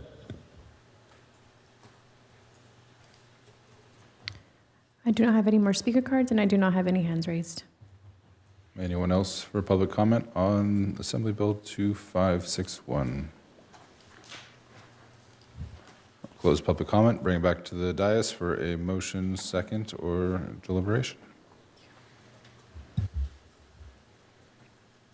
I'll make a motion for staff recommendation. Second. Second. A motion by Mayor Pro Tem, second by Councilmember Jackson for staff's recommendation, which is to receive and file the annual vacancy report.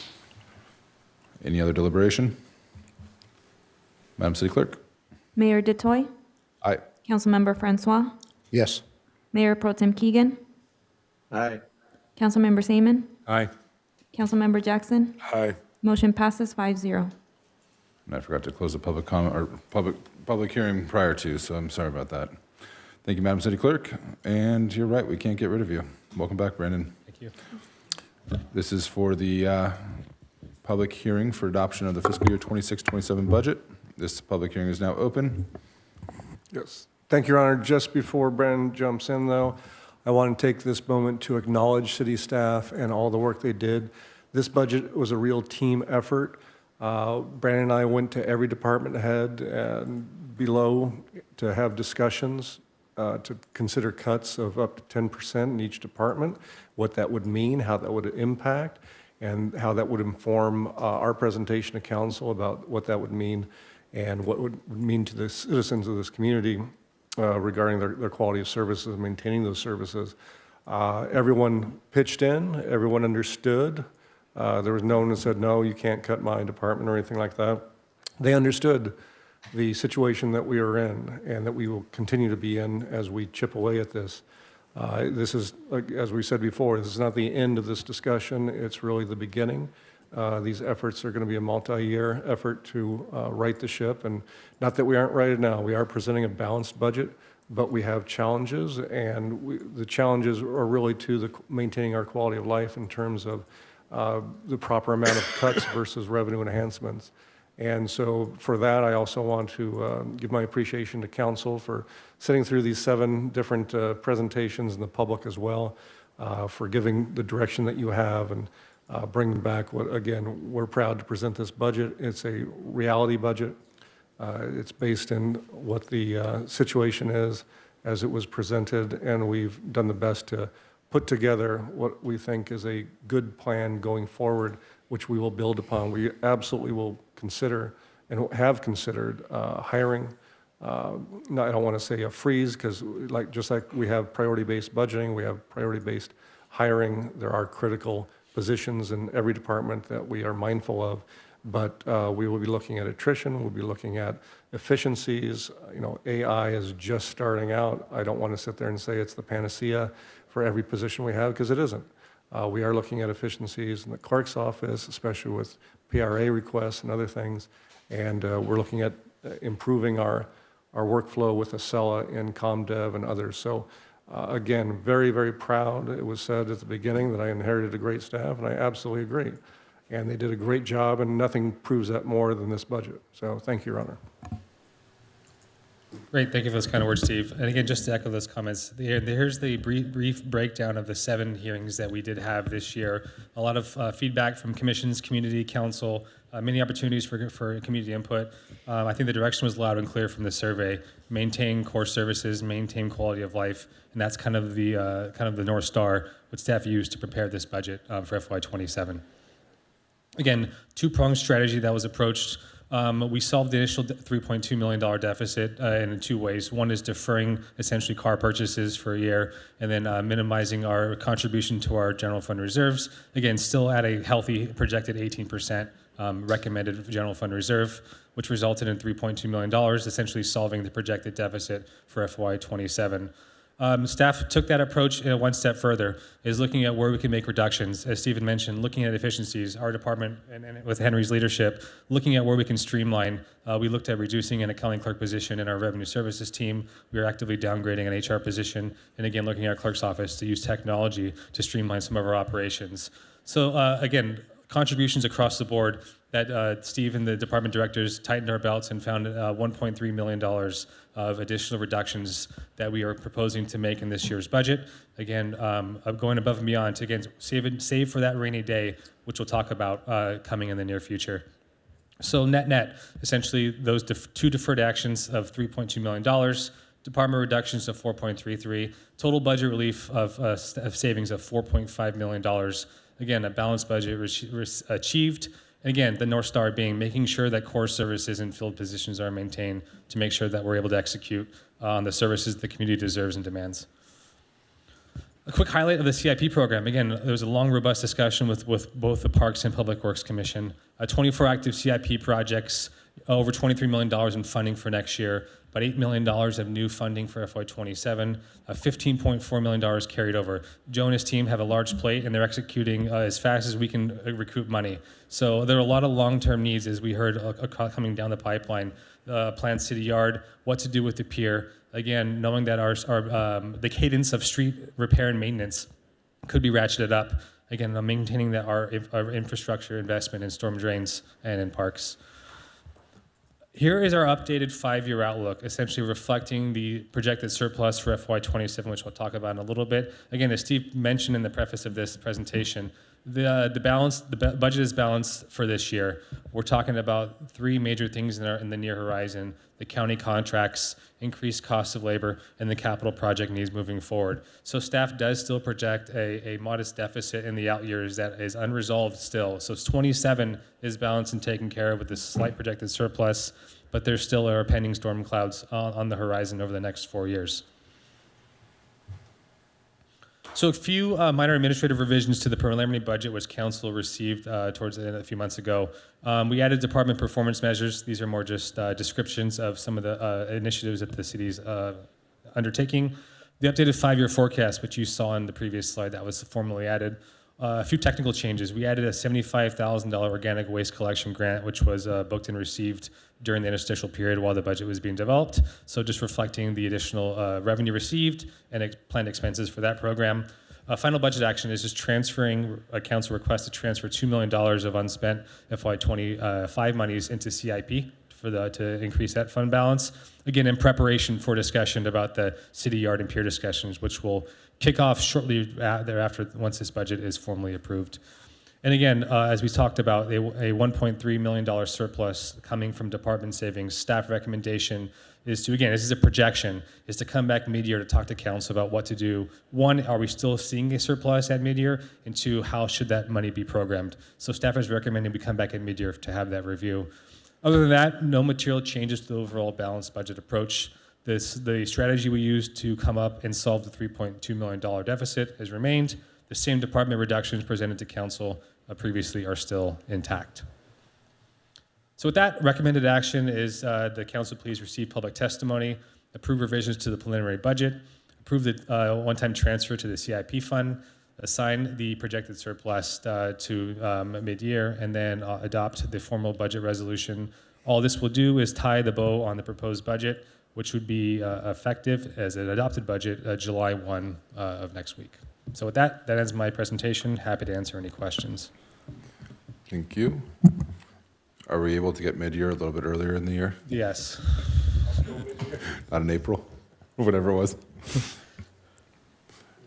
Any other questions? I know we have talked about this quite a bit, and I just want to also echo the compliments. Thank you to your team for not only this, but all the presentations you did to the commission, and you're really seeking the community input for this. So, Thank you, Honor. And really, I need to call out, I'm always remiss with someone, but Henry's work.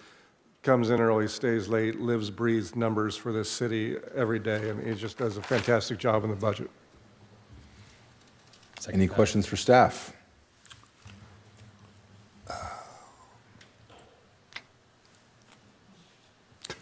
All right. No questions. Public comment, please. Take that as a no. It's an I don't know. First speaker is Jim Holtz.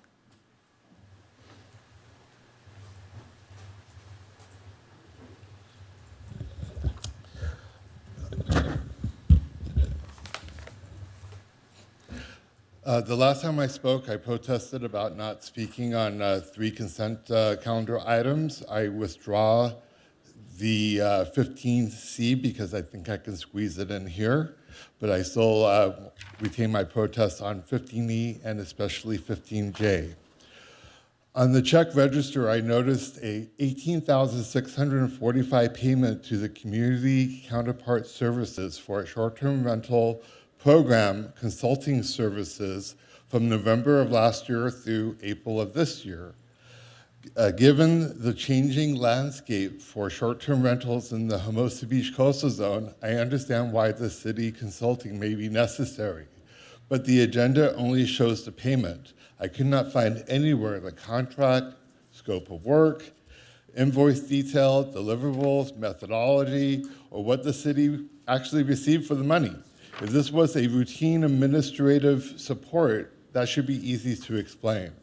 If the work involved short-term rental policy, property identification, enforcement support, permit design, fee recommendations, inspection assumptions, penalty or revocation recommendations, or suggested permit conditions, the public should be able to understand that too.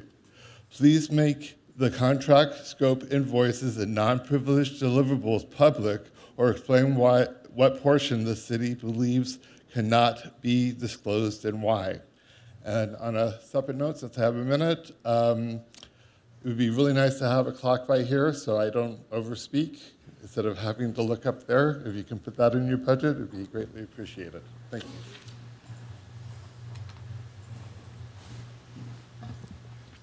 I do not have any hands raised, and I did not receive any more speaker cards. Going once. Anyone else for public comment? Going twice. All right, we will close public comment and look for a motion in a second or any other deliberation.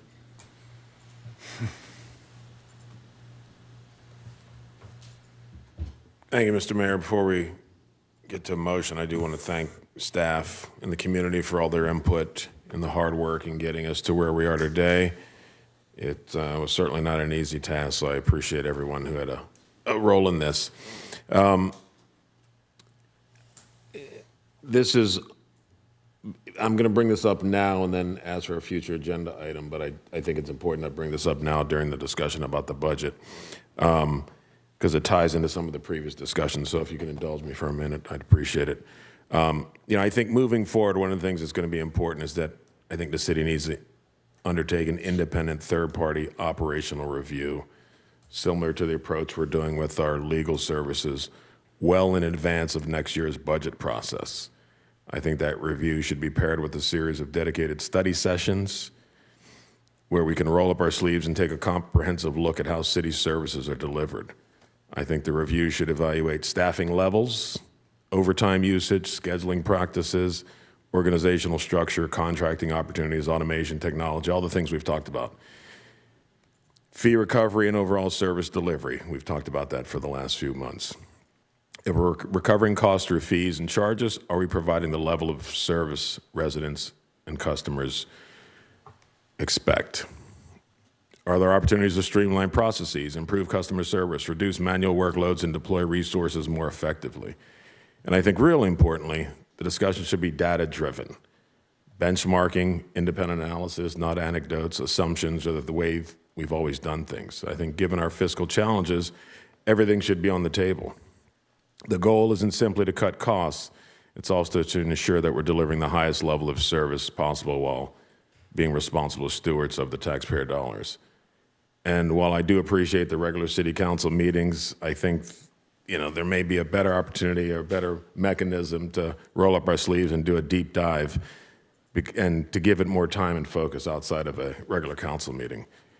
And I think as we continue to look for ways to reduce spending, including overtime costs, which we've had discussions about, I think we have to prioritize the overtime with regard to public safety being a top priority. I know we've got the issue on Barrett Street. I'd like to see something happen there, a flashing light or something. I think to the extent we can maximize our enforcement over the next few months, speeding violations, reckless e-bike riders, parking enforcement, confiscation and citation of dangerous riders who put others at risk. As I've said before, for the next couple years, realistically, we're applying splints and bandages until we can right our ship financially. I mentioned this before, I don't think we should spend another dime studying new projects unless we have a realistic plan to pay for them. It makes no sense to spend $500,000 on a project if we have no means to pay for it, and it just results in a study that sits on the shelf like we've done so many years. So I think we have to make the best use of the resources we have today while focusing on the services that most directly impact public safety and quality of life, as you mentioned before. The reality is that these temporary measures will affect all of us, but our limited overtime dollars should be directed where they can do the most good for the community while we look towards long-term financial stability. So thank you again for everybody for doing all the hard work in getting us to this balanced budget. And I'm prepared to move accordingly, Mr. Mayor. Go ahead, and then we'll get a second, and then have more comments.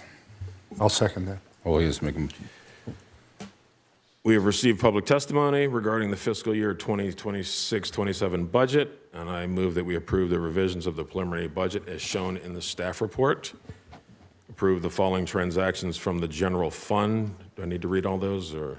Okay, as recommended, and adopt a resolution approving the 26-27 budget as presented in Exhibit A, Attachment 1. We have a motion. Do we have a second?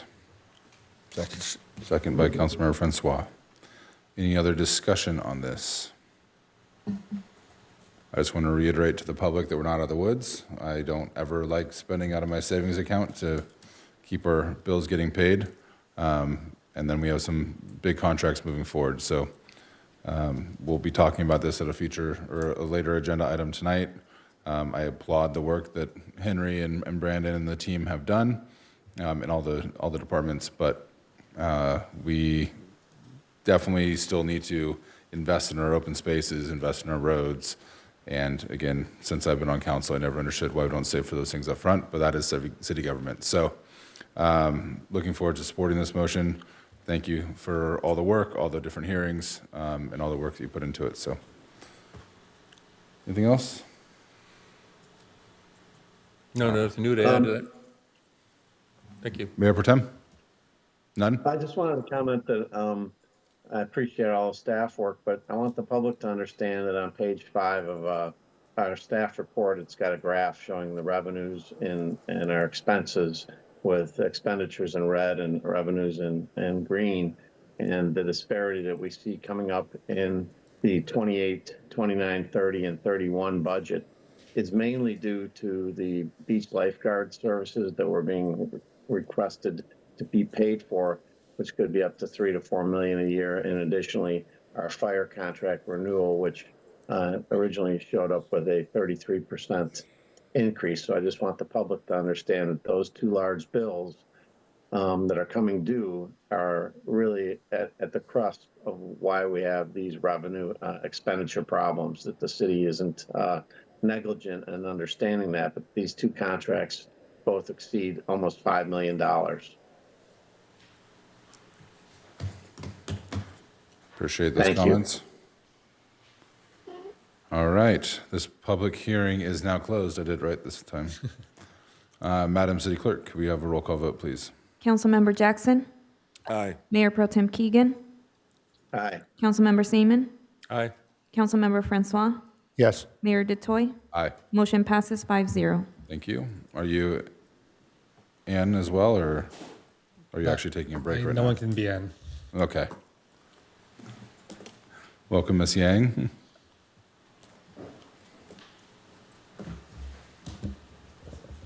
Good evening, Mayor, Mayor Pro Tem, and council members. What did Brandon do to this?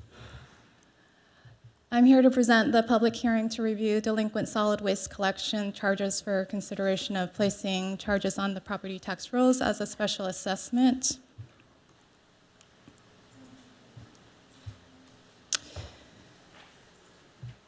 This annual item is pursuant to our Hermosa Beach Municipal Code, and we work with Athens Services each year to notify customers of the delinquent fees, and then we work with LA County Assessor's Office to apply the tax liens. So the initial notices were sent out to customers on April 19th and May 28th by mail, and then a notice was also published in the Easy Reader to notify customers of the June 10th administrative hearing, which was held via teleconference, and we did not have any customers join that hearing. So this evening, we're holding a public hearing before council to allow customers to provide testimony, and customers will have, that's a typo there, but they'll have 10 days after this public hearing to resolve any delinquent fees.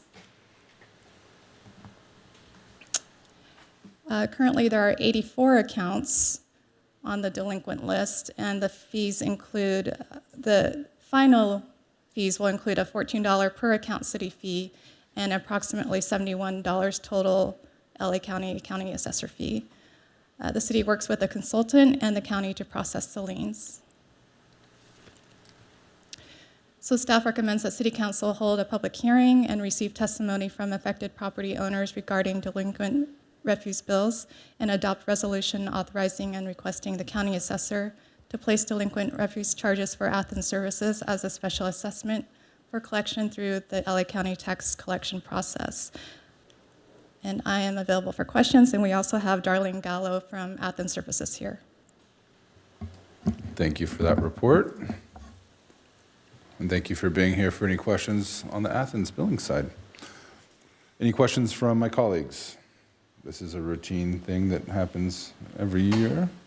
Councilmember Jackson. Just a quick question. Is there any recovery costs for staff time associated with helping collect fees for Athens when we can't collect fees for ourselves? I've always, Yeah, so the $14 per... that is our fee? account. Okay. And plus, yeah, I think it comes out to about $1,100. And we're satisfied that's sufficient to cover our time, your time? It's what we get. Sorry. It's what we get. We haven't done a deeper analysis of that. So maybe just throwing it out there as part of our future assessment. It could be an additional fee. Thank you. As far as the notice, and this, you just open up Pandora's box. We had to notice this, and that's a fee, putting in the newspaper and everything. So that $1,100 covers the noticing fees and. I would say it does, the heavy load is done by Athens Services as far as, collection and notifying residents as well. So they help with the notices. Okay. All right. Any other questions? Mayor Pro Tem, you got anything? Nothing. All right. Thank you. We'll open up for public comment.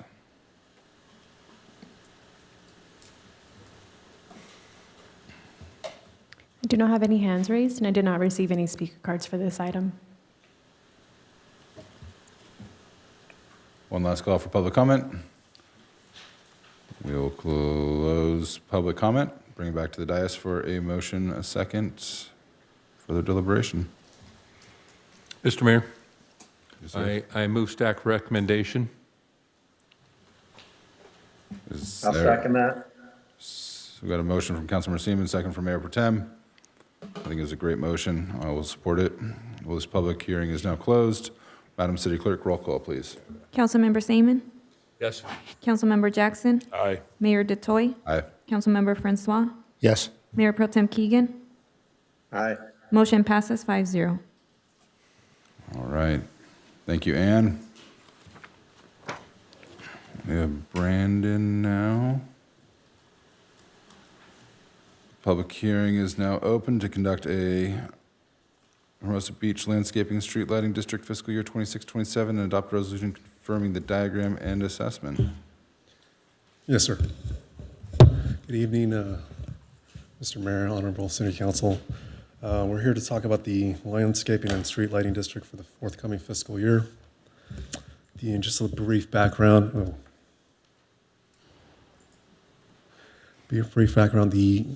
The funds for the lighting district fund the operations and maintenance for street lighting and landscaping within the city's medians and parkways. The assessment district was created in fiscal year 1989-1990, and the fee is set at $41.45 per dwelling unit within the city, and that fee has not changed since the passage of Proposition 218 back in 1996. The annual enrollment takes place over a three-step process. Tonight's procedure will be the third step, the hosting of the public hearing.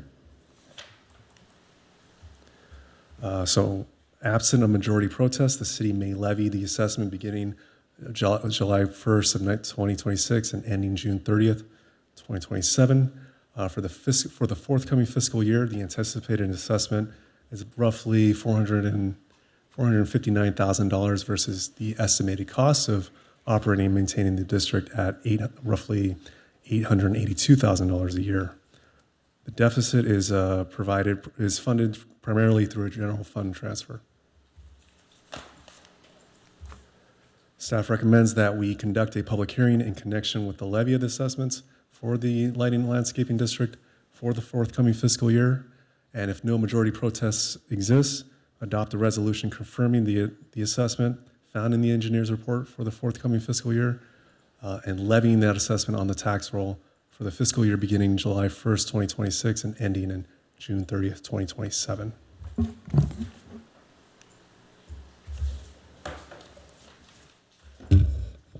Thank you for that report.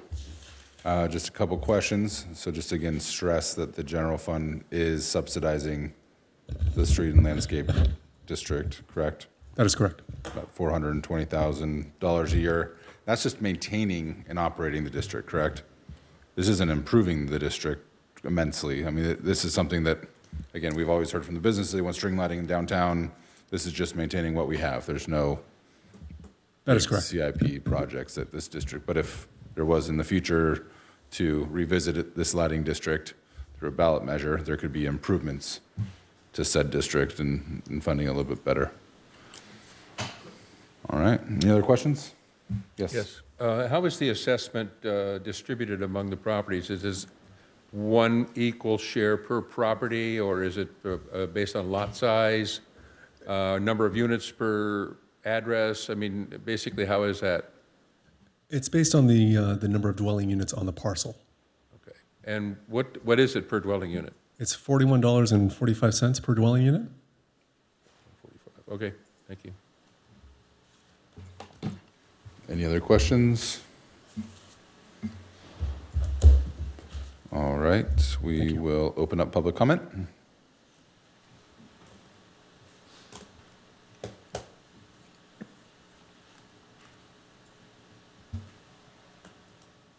I don't have any hands raised, and I did not get any speaker cards for this item. Perfect. All right, one last call for public comment. We will close public comment and then bring it back to the dais to show that there was no majority protest and make a motion.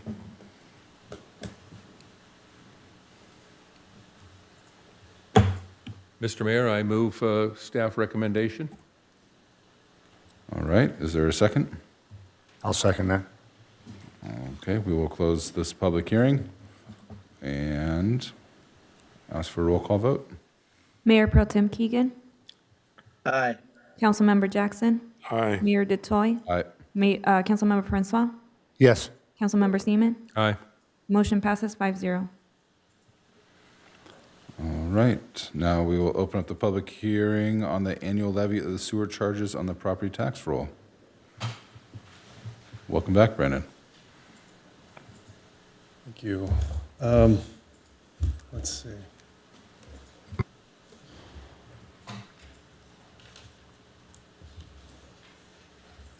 So we're here to discuss the annual levy of the sewer charges on the property tax roll for the forthcoming fiscal year. Just a little background, the council places a sewer service charge on the tax roll annually since fiscal year 2015-2016. The sewer service charge covers maintenance and operations servicing. Thank you. Covers maintenance and check.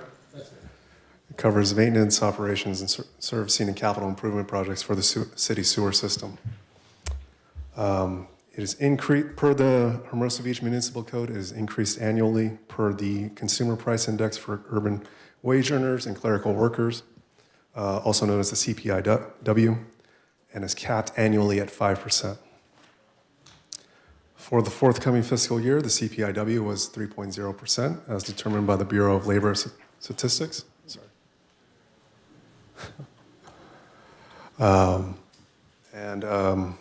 Notices were mailed to all property owners and placed in the paper. Just want to talk about that. So the sewer charges are determined by land use. For residential land uses, the proposed sewer charge for the forthcoming fiscal year is $151.77 per equivalent sewage unit, aka ESU. Last year's levy was $147.35 per ESU. So today's increase is an increase of $4.42 per ESU. Non-residential uses are charged based on the water consumption of those parcels. And the city provides opportunity for rebates subject to eligibility. That eligibility is, I think you have to be older than 65 years of age with an annual income of less than $75,000. So staff recommends that we conduct a public hearing to receive public comment related to the collection of those sewer service charges on the property tax roll for the forthcoming fiscal year, determine whether a majority protest exists, and if no majority protest exists, make an official finding that adopt a resolution approving the engineer's report and authorizing the placement of the sewer service charge on the County of Los Angeles tax roll.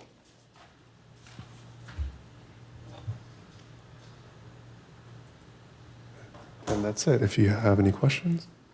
Thank you. Thank you. A question for the city attorney. Can we roll all these into the budget in a different year, or do they have to all be heard individually? Is there kind of routine annual budget-related items?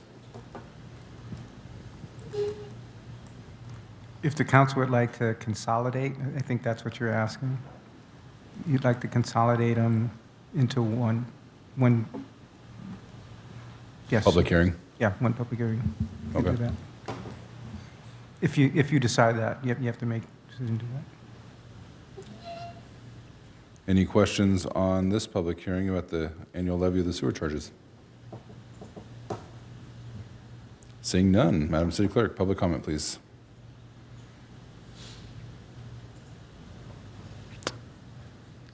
I do not have any virtual hands raised, and I did not receive any speaker cards. All right, seeing no public comment, we'll close public comment, bring it back for a motion or deliberation.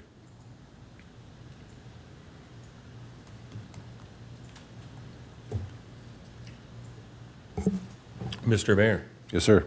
I move a staff recommendation. All right, we have a motion. Is there a second? I'll second that. All right, motion and a second. I will close the public hearing. Madam City Clerk, roll call, please. Councilmember Francois, Oh, yes. Mayor Pro Tem Keegan, Yes.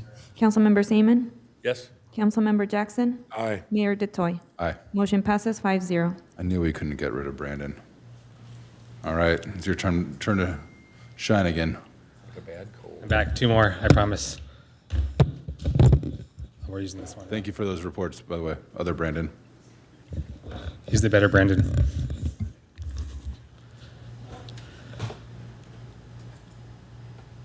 Let's make sure this works. Okay. Back.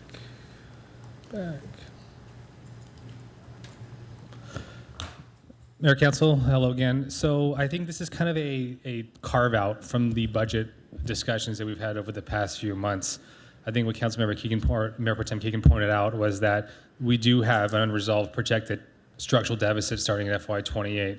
So the timing of this discussion is talking about ballot measure options when it comes to bridging this potential spending gap. So again, we did balance the FY27 budget through expenditure reductions and a few one-time actions. But as we mentioned before, long-term challenges do remain, mainly the upcoming 3 county contracts for beach maintenance, lifeguard, and fire services.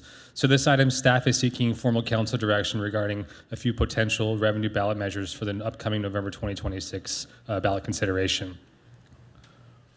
So again, as we mentioned before, included in this year's budget is that 5-year outlook. Again, that cost bridge between expenses exceeding revenue is mainly driven by potential increases that we are foreseeing with our main county contracts that support our beach and selection in June, passed Measure ER, which is a 5% countywide sales tax, which is going to become effective October 1, 2026.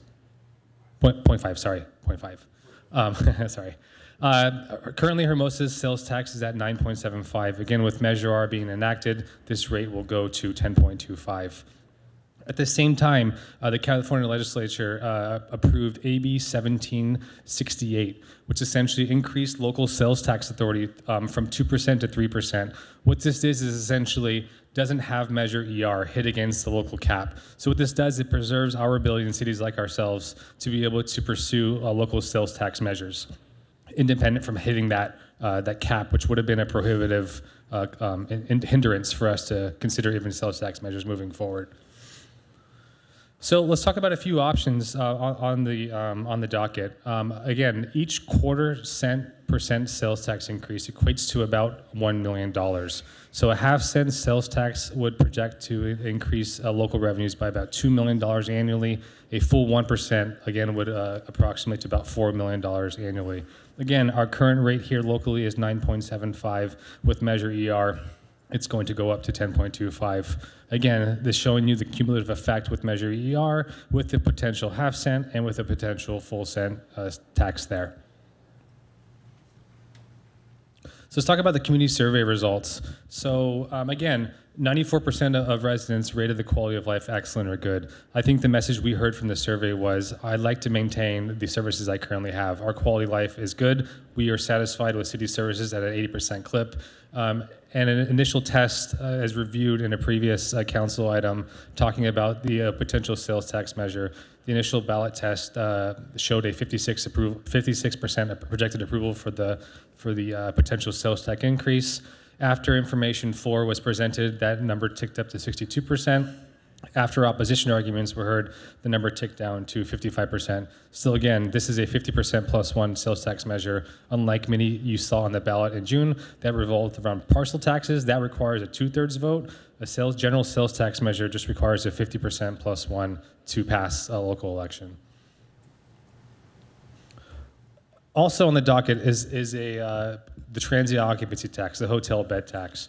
So currently our rate here in Hermosa is 14%. Again, this was approved by voters in 2019, it increased from 12% to 14%. Roughly 1% an increase in TOT generates approximately, is projected to generate approximately $364,000 on our current base now, which is the mainly hotels. Again, this is paid primarily by visitors and tourists. It's essentially a pass-through tax assessed on the room rate, passed through to the customers. Just for local reference, the city of LA is at 14% now. The city of Anaheim is at 15%. Redondo Beach is at 12%. They have consideration to move to 15%. And Hermosa Beach, Manhattan Beach, right down the street, is currently at 14%.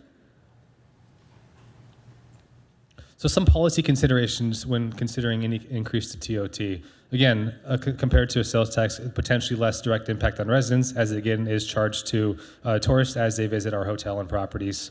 Again, it generates substantially less revenue than what a sales tax measure would project to have. A few points of reference, LA, the city of LA had a measure TT on the recent June ballot initiative to raise theirs from 14% to 16% through the 2028 Olympic Games and notch it back down to 15% afterwards. Voters rejected that measure, so that measure failed. Again, as I mentioned before, Redondo Beach is evaluated increasing TOT to 15% with the potential putting on their upcoming ballot in the next few months. And again, this is separate. We're asking for separate direction on both sales tax and TOT. So again, a TOT ballot measure could be pursued independently or with a sales tax measure, up to council discretion. So we are asking for direction after deliberation from council on essentially direction on a sales tax initiative and/or direction on a TOT initiative, essentially with 3 alternatives to reach. For sales tax, we're asking for input on whether council would seek direction on putting a half-cent sales tax on the November ballot, or 1% on the November ballot, or no measure at all. And same thing with TOT. A TOT consideration of putting on the ballot for November, raising TOT from 14% to 15%, or us to evaluate other rate options under consideration, or again, no action needed and no ballot measure to move forward in 2026 November. So again, just to reiterate, these are the 3 options for each of the 2 ballot initiatives under consideration. Again, to note, about $364,000 projected by a 1% increase in TOT. And again, substantially more as there's a higher pool of business activity than there is hotel revenue. So the estimated sales tax, again, a half-cent projected to raise about $2 million in additional revenue, and then a 1% measuring about $4 million annually. So again, what would next steps be after council consideration and direction is staff would, depending on the outcome of this discussion, prepare draft ballot language, just recalibrate our revenue projections with the most recent up-to-date information, and complete a fiscal analysis so the council and the community understands the full impact, and we would return with required resolutions.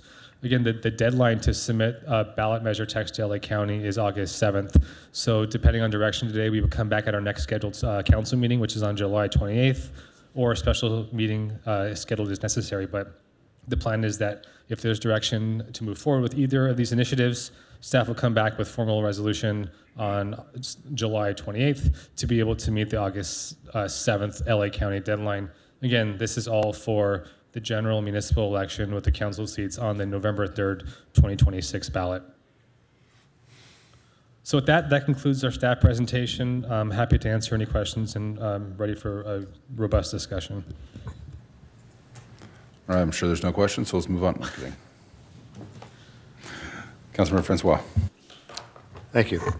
Thank you for that concise summary and evaluation. On the TOT tax, the 1% raise computes to $365,000 increased revenue. Am I under the assumption that depending on how we are able to collect short-term rental TOT taxes, that 1% could really be $1 million?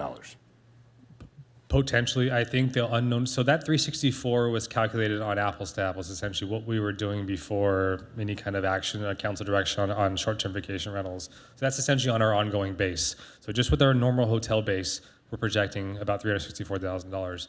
The unknown variable is what is that STR program and collection effort going to look like moving forward? So depending on the restrictions that council directs or that we may get in the future from coastal, it's hard to pin down an exact number. But yes, the initial estimates of on our current, what we suspect the STR base is, could be up to an additional $1 million. But we essentially don't want to, without that program fully running now, commit to that as a guaranteed amount.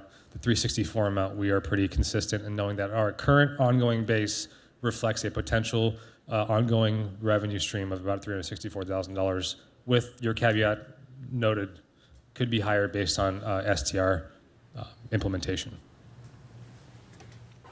Okay, thank you. The sales tax revenue estimate is based on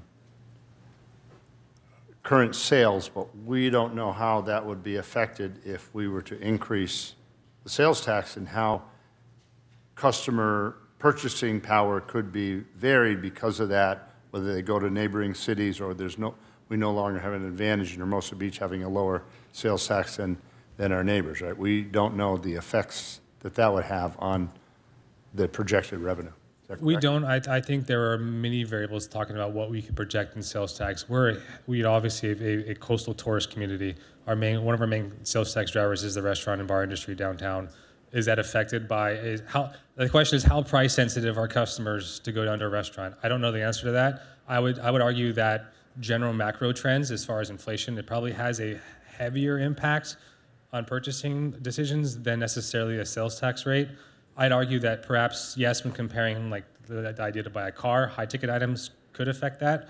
I would not surmise that the sales tax rate is the only thing. So again, that's a long-winded way of saying we don't know. This is a projection of what we think the economy is going to do. This is a conservative estimate based on what we've seen in the past. We rely heavily on property tax, less so on sales tax. So there's less variability, but it is a guess at this point. Right. But the context would be you're adding 50 cents to a bill of $100. That's correct. So, well, you mentioned car purchases. That directly affects the residents here, correct? Because I'm under the assumption if we increase sales tax, wherever you go to purchase your car, you're going to be assessed that tax based on your residence. Destination, not on point of purchase, correct. Right, okay. Direct impact on residents. So, and sales tax does affect, I guess it's a regressive tax, because if somebody's regular retail and grocery bills are $10 a week, it affects those at lower incomes and higher, because the $10 is not affected with the higher income as much as lower. Is that fair to state? Not a trained economist, I really can. I've heard that sentiment, but I don't have any data to bear that out. So now on the TOT tax, it's true that the hotels, most of them, not all, did agree previously to an increase to their TOT tax for the tourism district. Is that correct? I don't recall what the initial shakeout of the vote was. Yeah, that's unclear. Right. So obviously, hotels don't want to be taxed any more than they want. We would want them to expect them to advocate that. But it's fair to say that this tax for TOT hotels would affect more non-residents than residents? Correct. People coming here and staying? Yeah. Okay. And then just as a side note, we're doing ballots here, Mr. City Manager. Are we coming back with a dog park? That'll be back on the 28th. Okay, all right, just wondering about that, because we're. Council already gave direction to put that. Right, on the and ballot. we're linking that up with the deadlines you need for the ballot. Correct. So, and I guess it's fair to say that if we wanted the residents to have control over what they're voting for, whether it's one or the other or both, that's why we would put both on the ballot. Correct? That is an option, but I think some of the feedback from the consultant was talking about, from his professional opinion, the risks of putting competing ballot measures. I think we've heard from a consultant that he called it the watering down effect. Putting multiple ballot measures sometimes lowers the chances of either one passing. Case in point is the city of LA. They had two they had two TOT measures on their ballot. One was an administrative one requiring the platforms to self-report. That passed. However, their TOT, going from 14 to 16% during the Olympics, failed. And I think that was a surprise. So that is kind of an example of what happens when you, I would call it ballot fatigue, is having too many options on the table. You start watering down and people don't want to be quote unquote double taxed. So they're kind of splitting the baby and choosing one over the other. So that was a concern we got from our professional consultant, is that there is a downside risk of, even though you get support for any individual measure, compounding it, in his opinion, has shown that you diminish the chance of either passing by overwhelming the voter. Right, so you mentioned the tax that failed at the city, and that was a grandfather clause tax. Those taxes are less preferred, is that right? Because they're not tied into better able to extend bonds because it's not a permanent tax, is that right? Well, you mean a sunset clause? Yeah. Similar to what was going on in LA. Again, I don't want to say preferred, it's a choice, it's a matter of choice from council. It's for financing purposes, though, having a tax in perpetuity allows you to bond that. That's what I thought, yeah, whereas it's temporary, it doesn't allow us to borrow against it. Unless it's for a long time frame. Yeah. But if you had a 5-year sunset, no, you're not going to be able to bond against that. Right, okay, I was just wondering about the sunset thing. And then you mentioned the consultant. Now, he didn't have any specific findings. He basically stated it was opinion that he thought that if both were on there, they were to fail. And his, correct me if I'm wrong, but his survey was done kind of to figure out how to get a sales tax passed, but it didn't really get into the TOT tax. The scope of this, correct. The scope of the survey did not means test the TOT and the sales tax, just the sales tax. But from his 20 plus years of doing this work, that was his professional opinion. But he didn't have any data to support that.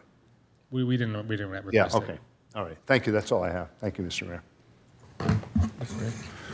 Sir. Thank you, Mr. Mayor.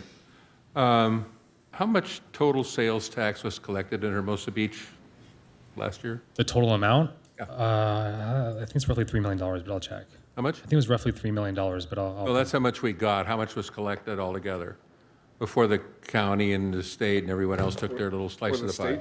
Oh, you mean how much? So we get a local 1%. Yeah. So of the 9.75, we get a local 1% currently. So then $30 million was collected, Yeah, and we 6 only goes got to $3 the million. county. Yeah, the remainder goes to Are special those numbers districts and accurate school. to Yeah. say? Yep. Okay.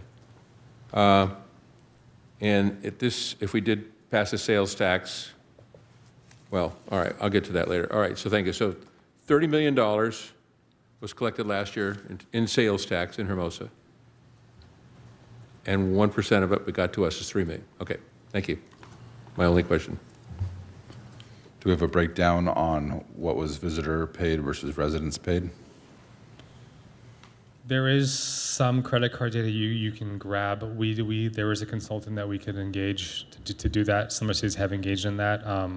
Yeah, as reported at the last meeting about this, we can pay our HDL consultant who handles our sales tax processing, and for a fee, they will break things down for us, but they wouldn't do that. So until we got direction from council, depending on which way they wanted to go, whether it was TOT or sales tax, we were waiting to see if council wanted to go one direction or other before spending $12,000 to do that.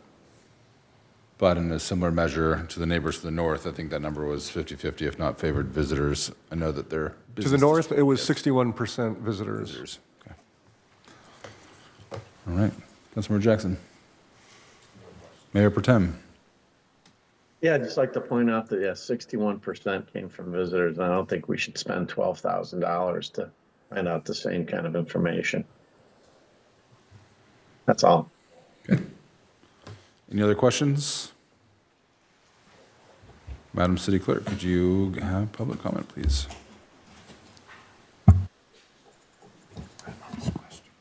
Our first speaker is Jim Holtz.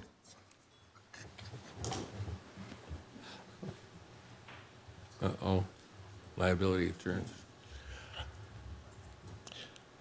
Excellent presentation, Brandon. A couple issues I want to bring up regarding the potential income sources. One of them is the potential increase in TOT.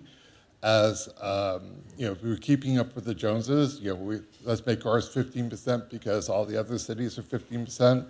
Then it's going to be 16%, 17%, 20%.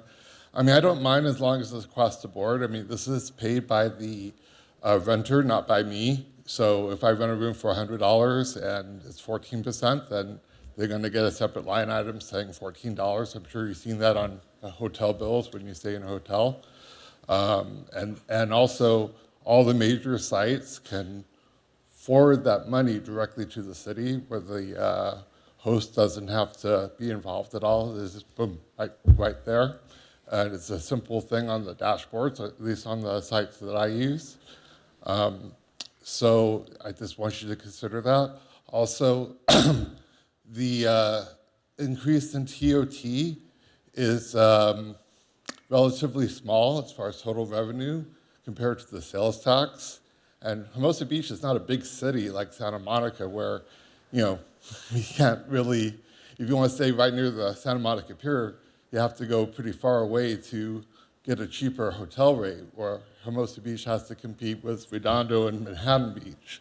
So we need to consider that, and lost hotel vacancy could be lost sales, lost business revenue, and such.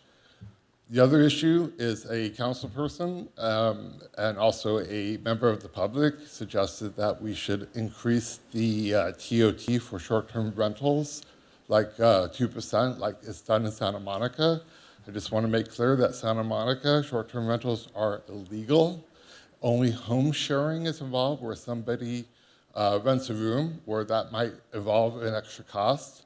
I ran a short-term rental for several years, 6 years before the ban and the past few months, and I don't think I've used a penny of the city's resources. So if there's a party house and the police has to come out and fix it for short-term rentals, they also have to come out for a full-time resident the same way. So, what is that 2% actually paying for is my question. Thank you, and have a good evening. I do not have any hands raised, and I did not receive any more speaker cards for this item.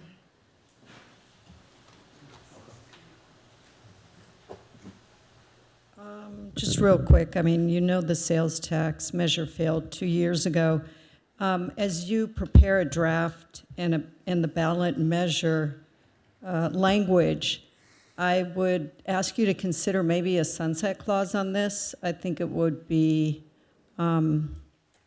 more palatable to the public if you said, okay, we're only doing this for 5 years, these are tough times, and then we'll go back. I don't know if that's allowed or not, but it's something to consider, the sunset clause. It could be, I don't know if the last time it was 30 years, but I think 5 years, 6 years is doable. Thank you.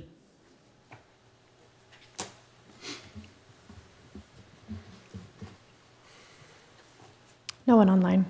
One last call for public comment. We'll close public comment and bring back to the dais for comments or deliberation or a motion. Mayor? Yes. Can I make a motion to raise the sales tax by 0.5%? I'll second that. All right, so we have a motion on the floor. Mr. Mayor, I'd like to make a substitute motion. Okay. I know that the council split on whether we need a sales or a TOT, and some of us were against sales and did change their mind. I've advocated being against the sales all along, but I think a good compromise is to place both of them on the ballot.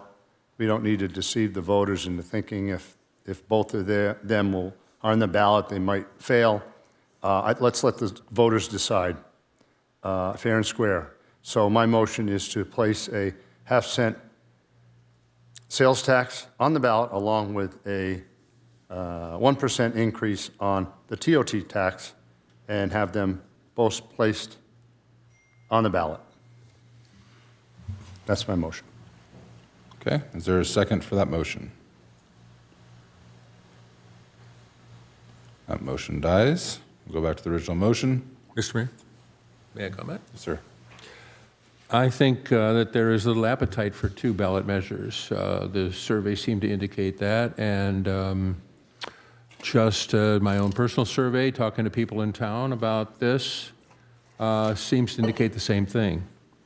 And I also feel that the survey actually indicated that trust and confidence in our financial dealings has improved, that we are doing better at handling the money that we get.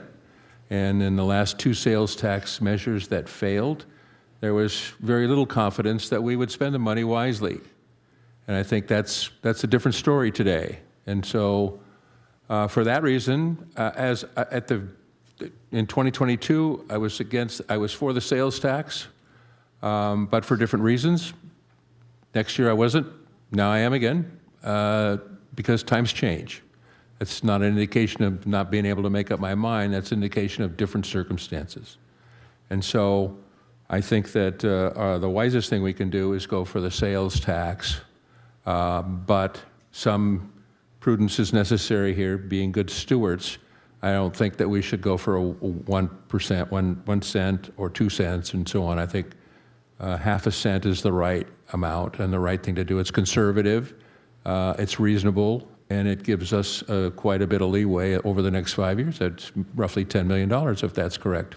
Those numbers hold true. So again, the original motion that we have here, I'm very much in support of it. Thank you, Councilmember Jackson. Thank you, Mr. Mayor. I tend to concur with my colleague with regard to both ballot measures. I've on the record as saying this before. Desperate times calls for desperate measures, and if we are going to begin a permitting process at some point for our short-term rentals, I think there's an opportunity to raise additional revenue. I like the idea, and I don't know if there's any appetite for, I do concur with the half-cent sales tax. That would still keep us under our neighbors, although I don't like to keep comparing ourselves to our neighbors, but there are some folks who want to say that. And Measure ER is going to sunset in 5 years. I don't know if there's an appetite for us to raise ours for 0.5% and then to elevate or escalate that additional 0.5%. So as one is sunsetted, ours would go from 0.5 cent to a full cent.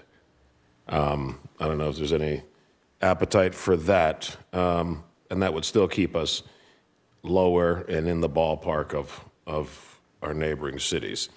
That way we don't have to go back to the voters, and the voters are smart, and I think this doesn't affect groceries, it does not affect pharmaceuticals and drugs, so that needs to be clear.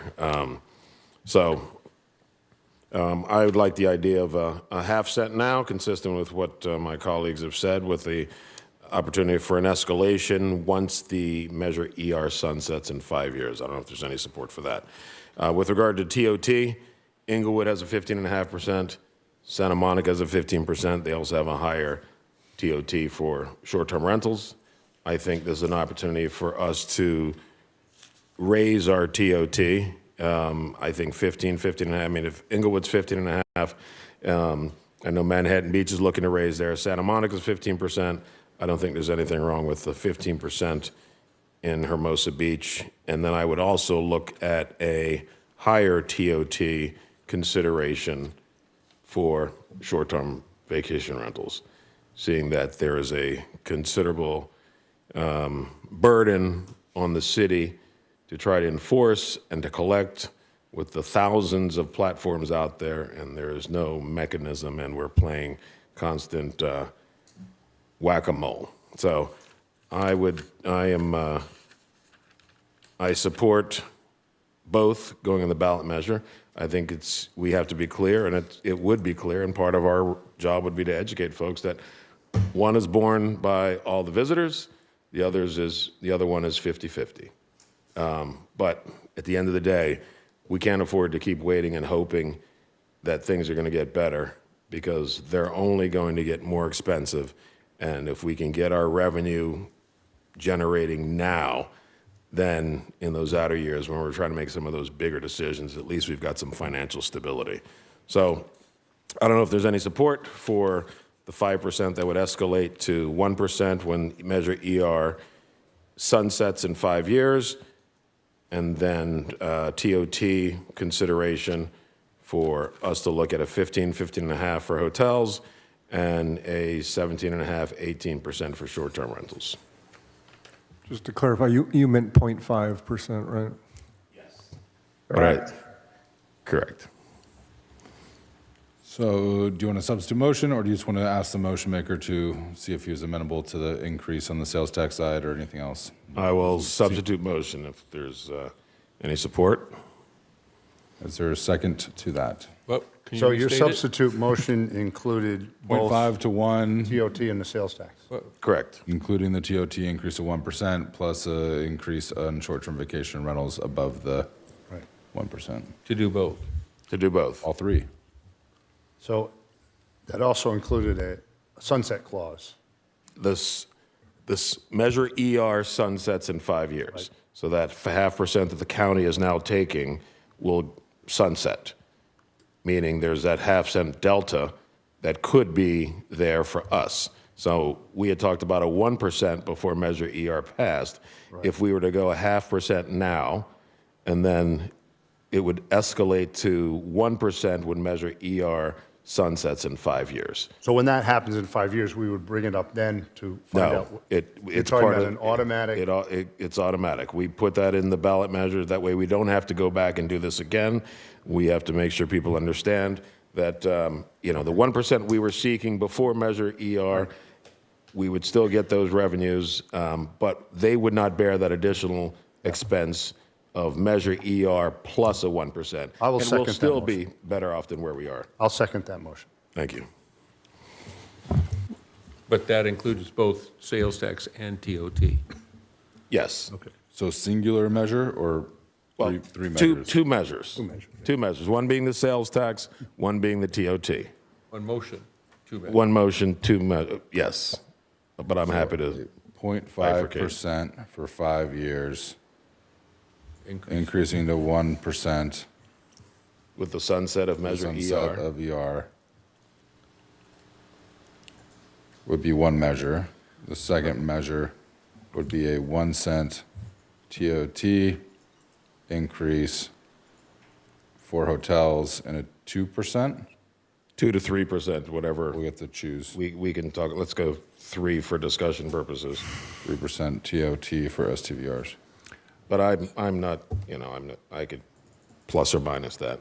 But I do think it's important that we take advantage of the opportunity that's going to present itself with some short-term rentals once we regulate those, and that because of the significant staff and municipal burden, that there should be a higher. Yeah, I think 3% is fine on short-term rentals, 3% increase, so. Thank you. I'm seconding that, yeah. Mr. Mayor, sir. Then as a point of clarity here, the original motion that we have from Councilmember Keegan was to put forth the sales tax only at 0.5%. Is that correct?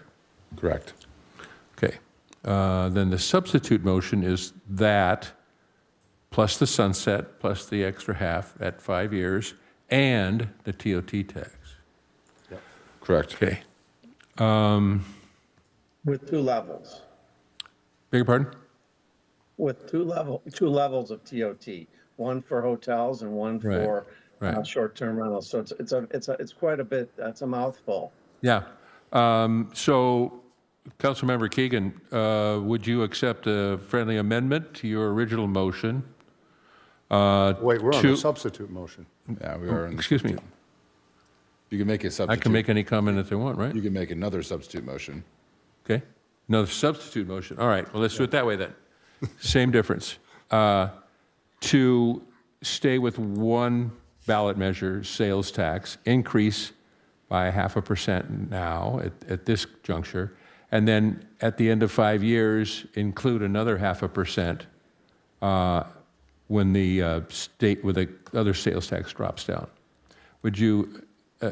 That would be my substitute motion. So and no nothing on TOT, TOT. no TOT tax. Can I speak to that? Yes. You know, you're trying to make these things simple for voters, and you can come back in 5 years when ER goes away. There's a high chance that, the county will re-up that same proposal, and we'll just be raising taxes even further because ours will supersede that. And so we'll just be raising the taxes of the voters even more without their consent. Some of us won't be here in 5 years. And so why are we, planning for another tax raise 5 years from now? And in 5 years, we might be in a better situation. I just think we should let the motions stand the way they are. Councilman Seaman, let the previous motion, you haven't made a motion yet, it's not been seconded. Let's vote on the measure that's been the convoluted one, which has 3 different parts, which kind of guarantees failure of both. We can vote on that one, and we'll see where we go. I don't think you should make a motion and water down a perfectly good motion. Just let their votes go, and that's how councils run. Vote on the motions. I think you should withdraw your motion and let the previous motion go forward. All right. Well, I guess it didn't get It seconded. didn't get seconded, so all right. That's fine. motion dies. So I'll go back to Councilmember Jackson's motion that was seconded by Councilmember Francois. Any other discussion on that? Yes, I'd like to speak to that. Yes, sir. I think that this is a motion that guarantees failure. I've heard no one is going to run any kind of campaign for it, gather public support, and then make them understand it, and to raise a rate higher than anyone in the area, and then to raise the sales tax with a 5-year up again. I mean, I don't think we could actually come up with a more convoluted ballot question if we tried. So I'll leave it at that. Mr. Mayor? Yes, sir. I would concur with that statement. I think it is too confusing, and I think there is, as I said at the beginning, there's little appetite for 2 ballot measures right at this moment. I think we've come a long way toward regaining trust with the voters, and I would like to see this simplest plan, which would be sales tax at 0.5%. I think that has the best chance of winning and being a success. So that's my statement. Thank you. All right. Councilmember Francois. Yeah, it's not about trust from the voters. We balance our budget. Our budget is balanced today on the existing revenues we have. We're a disciplined city.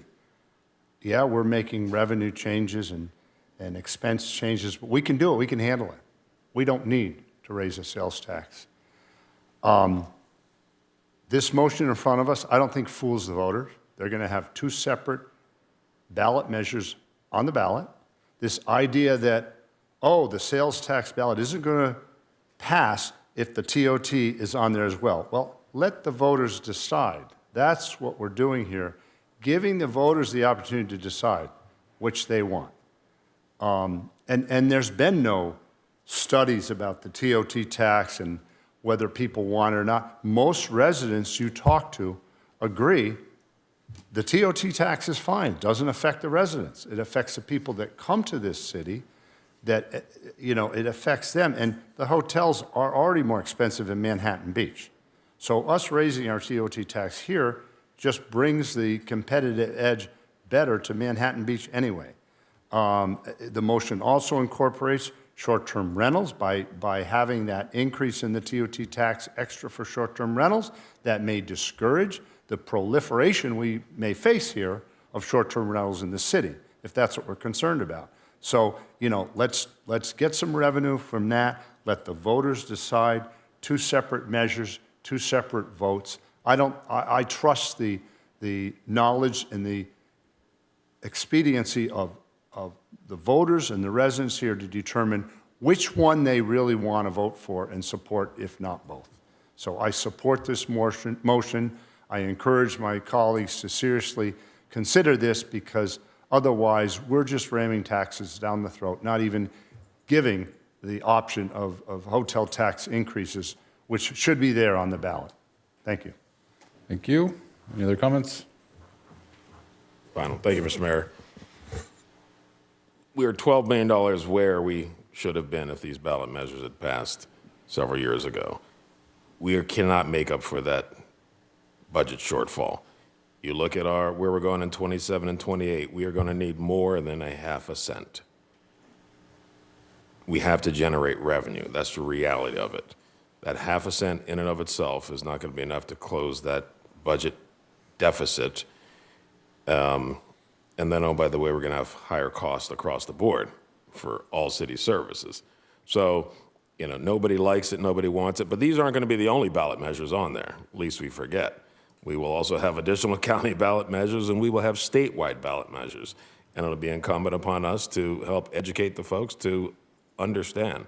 We have a smart community, and I think when they look at this and understand where we are in terms of our budget and our projected deficit and the need, we have to generate revenue, plain and simple.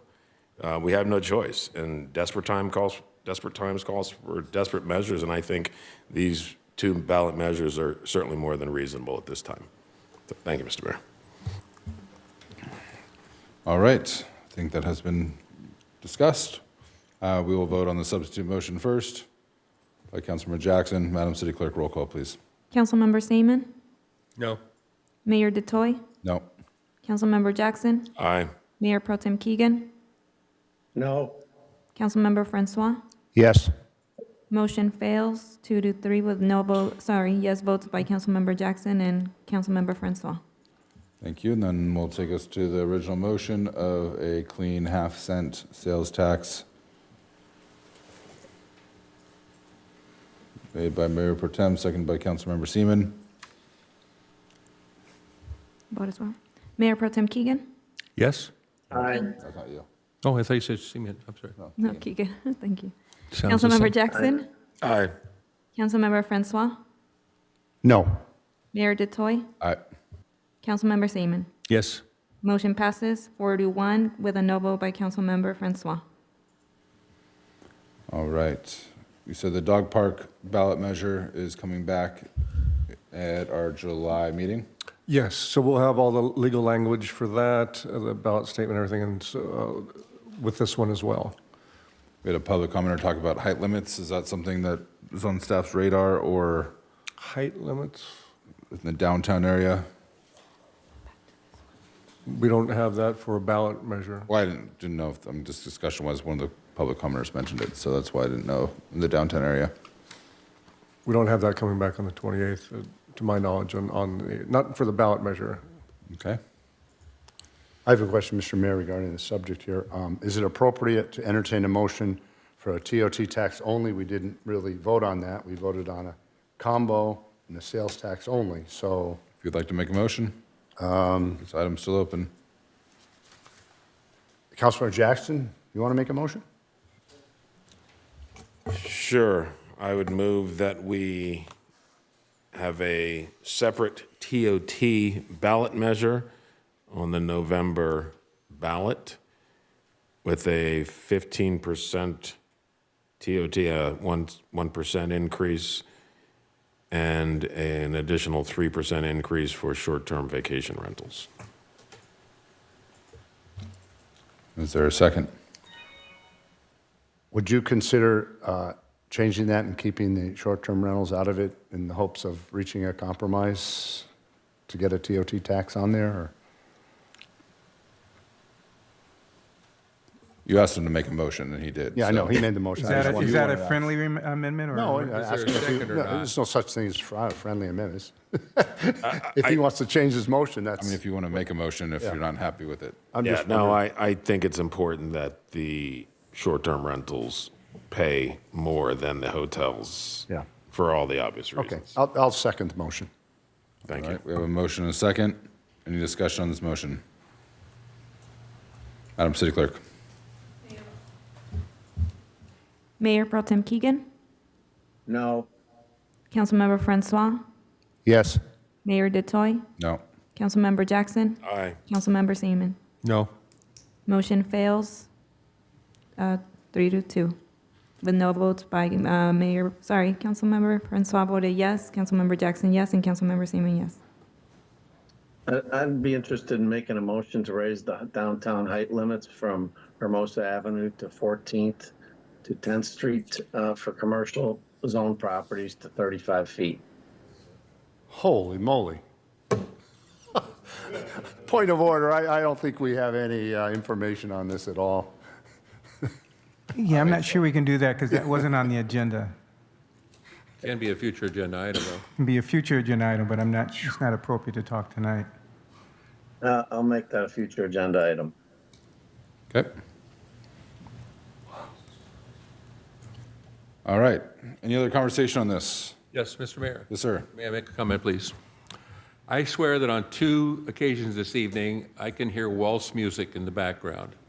And let me clarify what I mean by that.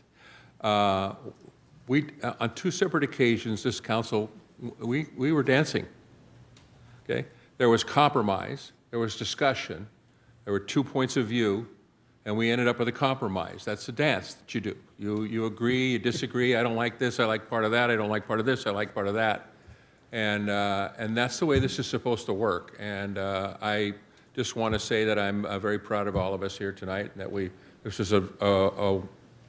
something that hasn't happened in a while, and I think it was wonderful tonight that we had an opportunity to open our minds and talk about what we both liked or didn't like, and settle on something and walk away from it. So thank you. Thank you, everyone. You freaked out our AV guys. They're looking for the sound of the music back Yeah, there. they're looking. There's no I was, music. What do you mean? was my, Well, don't worry. my ringtone I changed got your or something. attention, didn't I? You did, some psychological help there. We have two more items to mess that up, so. Let's move on. Thank you. Just to clarify, though, any other ballot item or any other item you want to put on the ballot, even if it were to come back as a future agenda item, that would be July, you would have to schedule a special meeting. And then it would have to be brought back in July, because again, August 7th is the deadline. And July 28th is the next scheduled meeting where we're going to have this item as well as the dog park ballot measure on there for final approval. So anything you'd have to do a special meeting for, whatever the issue is. You're saying that any new ballot measure item Yeah, proposed because wouldn't it's be not able on the to agenda get done tonight. in time unless we had a special meeting? Correct. Yeah, okay. I just want council to be aware of that. So while this item's still open, you heard tonight that there's a $900,000 subsidy between the lighting district and the sewer fund. I mean, is that something the consultant also shied away from, was a Prop 218 ballot measure to increase those? He did recommend, confusion? he did not recommend going forward on that now. That it could also, under 218, be a mail-in ballot. So there are other alternatives besides putting it on municipal ballot that council might want to consider before going forward on it. Those are the big subsidies. Right, but again, as a future agenda item, we can certainly bring the information back as to alternatives. Because for you with to those consider. two, and then the debt bond payment for Measure O, Sure. I mean, you're looking at well over $1.5 million. So, all right. We'll close this item, and guess what, Brandon? You're back. Last one, I promise. Talking about parking. My favorite topic. Depends. Let's wait for the presentation to load. Ken can come too. Tag team it. He loves parking a little more than I do. So Good evening, Council. So why this item is before you today, one of the budget workshop study sessions on May 26th, we presented potential additional revenue items. You heard two of those in our previous presentation. Another one was revisiting the parking citation amounts and also the late fee penalties. So a little context again, as you saw in the 5-year projection, rising operating costs, anticipated budget deficits in the out years, and ongoing service demands. What the opportunity is with parking citations. We issue roughly 40,000 parking citations annually.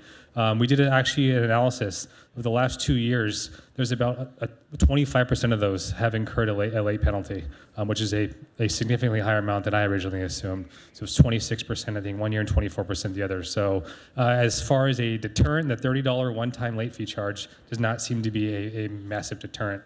Again, these penalties remain much below other peer cities, which typically look at the full cost of the citation as the penalty. So again, this is an opportunity to improve compliance and generate revenue, a 1-2 punch. Quick background and timeline. In 2005, there was a local increase of $5. There's 2 subsequent state mandated increase, so citation charges went up $3 in 2 separate actions in 2009 and 2010. Again, the council here decided on September 25th last year it was a $10 increase in year 1, and then there was an additional increase in year 2 and 3 to catch up to our market competition. So what this action is going to do is talking about deliberating the idea of, so October 1, per council direction, the citations will already increase based on council direction in September 2025. Up for one of the council considerations tonight is to front load that year 3 increase into year 2, realizing additional revenue now rather than deferring it for 1 additional year. So right now, pre-2025, we hadn't raised citation amounts in quite a long time. Expired meter citations were $53, $38 for street sweeping, which was very, very, very below market competition. Again, the plan, as decided by council in September, was a $10 increase, and then subsequent increases in year 2, 3 that are programmed in October 1 of each subsequent year. So regional benchmarking, essentially some regional cities that we've used as market comps when comparing expired meter and street sweeping. Again, expired meter, once we get to our increase, will be relatively in line, slightly below some of our neighbors down the street. Street sweeping is still well below the market around us. So again, as I mentioned, we have for parking citations, a one-time delinquency penalty of $30. Again, about 25% of citations have incurred a late fee. Just as a reminder for collection efforts, if unpaid, a certain time frame is triggered, which then it goes to your registration. So essentially, you can't re-register your car until you pay citations. But again, even with that backstop, we're still seeing a pretty high level of delinquency when it comes to late fee assessment. Again, per council direction, this was an opportunity to look at, one, improving payment compliance, increasing collections, and also recovering administrative costs and increasing a revenue stream, which we are seeing as very consistent. So again, there'll be 2 options for council consideration regarding our citation schedule. It's maintaining the current cadence, which was approved in September, with a year 2 increase, and then a year later, a year 3 increase.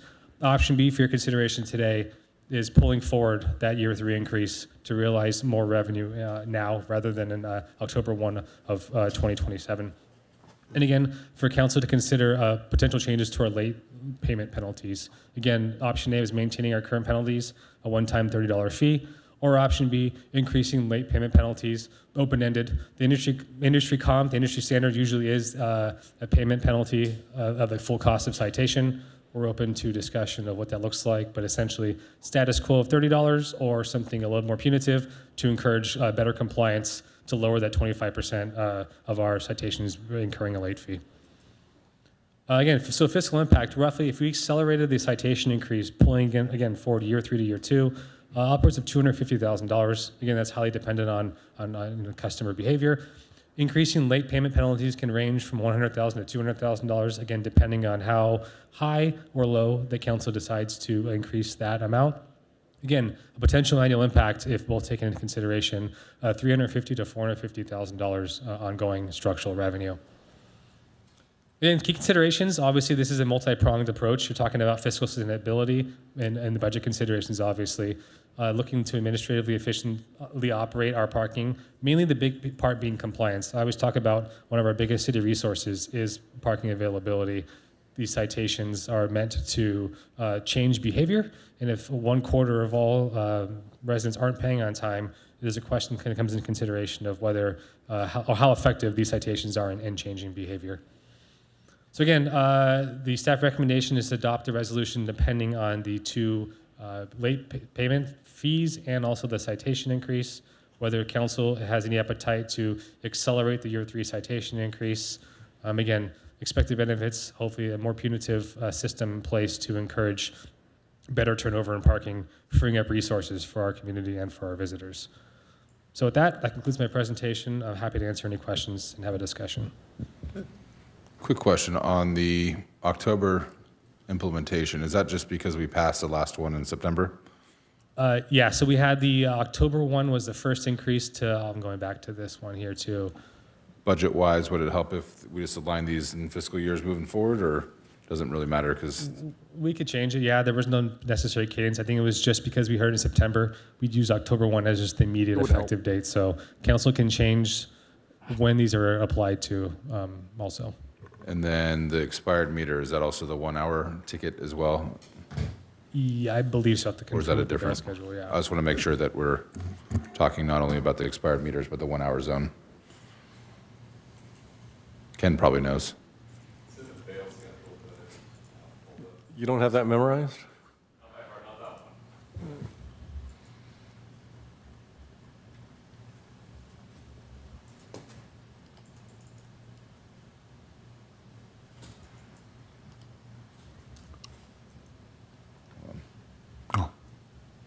That parked over 72 hours needs to go way up. Ooh. Need my microscope.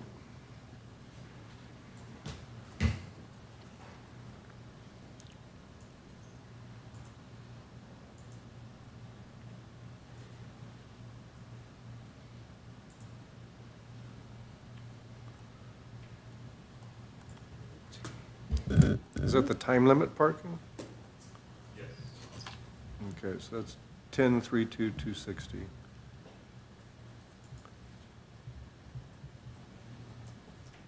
That's currently at $58. So they're all going to be the same. Yeah.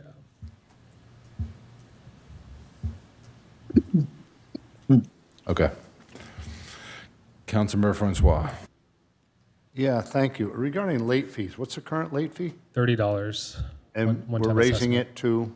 It's up to council discretion. I think standard practice in the industry is having the late fee be the full cost of the citation. So if it's a $3 citation, you don't pay within the 21 days, whatever the time frame is, you'd be assessed a penalty of the full citation amount. But we're open to any direction from council, more punitive, less punitive. But I think the data is showing that $30 is not really changing behavior when it comes to paying citations on time. Okay, so you're looking for direction from us on what to do with the late fee. Currently, it's $30. Correct. You haven't really recommended an amount to change it to. We're recommending the full amount, 100% of the penalty amount. Sorry, yeah, I wasn't explicit. Yeah, okay. the recommendation essentially, yeah, is the full citation Is that amount. in 30 days then?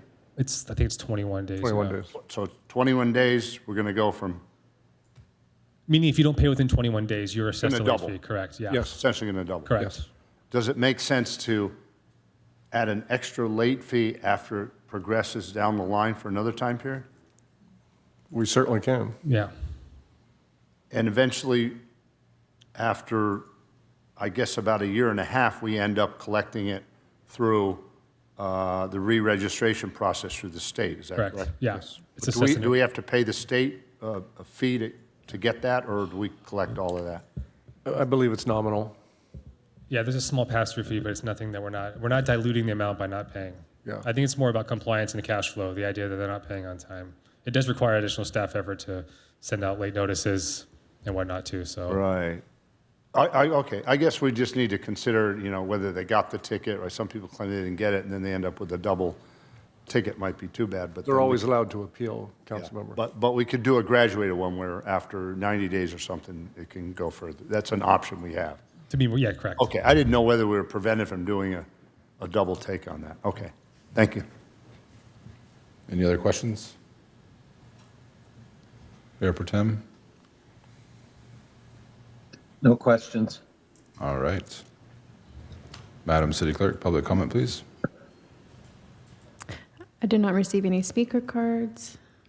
Let me check for virtual. No hands are raised at the moment. All right. One last call. Close public comment, bring it back for a motion or conversation. So staff broke it down nice and easy. Citation increase options. You all like option 1 or option 2? Is there a motion for one of them?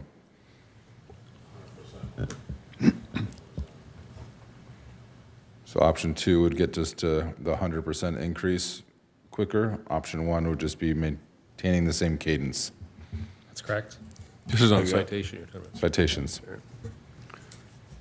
I would go with, I would move option B. B is more immediate, correct? That's correct. Pulling the year 3 increase in the The occupancy. staff report and the presentation are We got A, B, and on 1 the and 2. screen. Okay. Yeah, one says B, yeah. Oh, We can still understand it.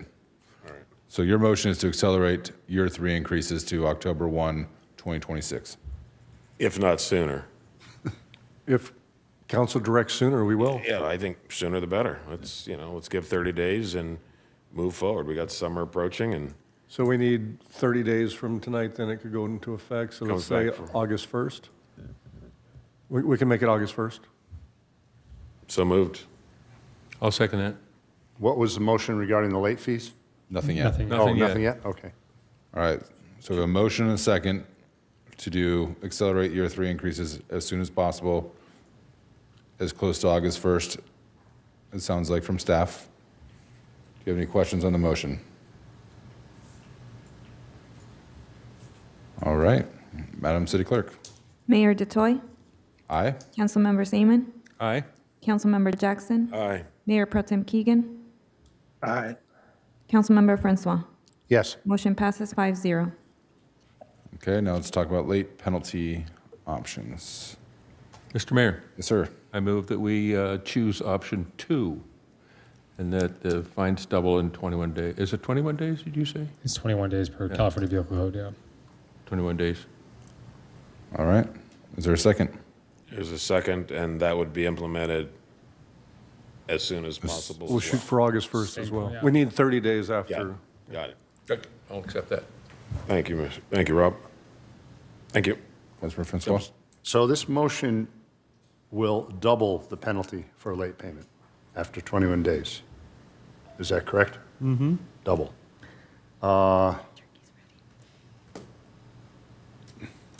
Yeah, I think that's a little steep and money grabbing, especially those people that didn't receive a ticket on their windshield. So suddenly not have it paid in 21 days, and then it's doubled. And I could support, in 21 days, you bring it up to maybe 30, and then after 60 or 90 days, it doubles. And so that's kind of the idea that I had. I don't know, is there any other appetite from my colleagues on doing something like that? Excuse me? Make a motion. Well, all right, I'll make a substitute motion that we increase the late penalties to $30 the way it is now after 21 days, and then what could be reasonably administered by the city for a time period after that? 21, I don't know, 48 days? You're making the motion. All right, well, Councilor. I'll just double it then, 42. After 42 days, then that late penalty will be double. That's my motion. Is there a second? Seeing no second, a motion dies. Going back to the original motion of increasing the penalties as soon as possible, August 1st. Any other conversation? Madam Could I City? make a request? The last one that passed and this one, can we really do a good PR so our residents know this is a major increase that's going to happen very quickly, and I just fear that, people are going to be caught by surprise. We would be happy if they paid on time now, but for those who don't, yes, we will send out social and do a press Yeah, release. I think we're going to hear from people that didn't know it was coming and didn't know it happened. And Again, they have the appeal process too, Councilmember. Yeah, okay, all right, thank you. All right, Madam City Clerk. Councilmember Jackson. Aye. Councilmember Francois. Yes. Councilmember Seaman. Aye. Mayor Pro Tem Keegan. Aye. Mayor Detoy. Aye. Motion passes 5-0. All right, and we're going to have Brandon do the next one too. I'm kidding. Future agenda items. No, 17C will be our Madam City Clerk.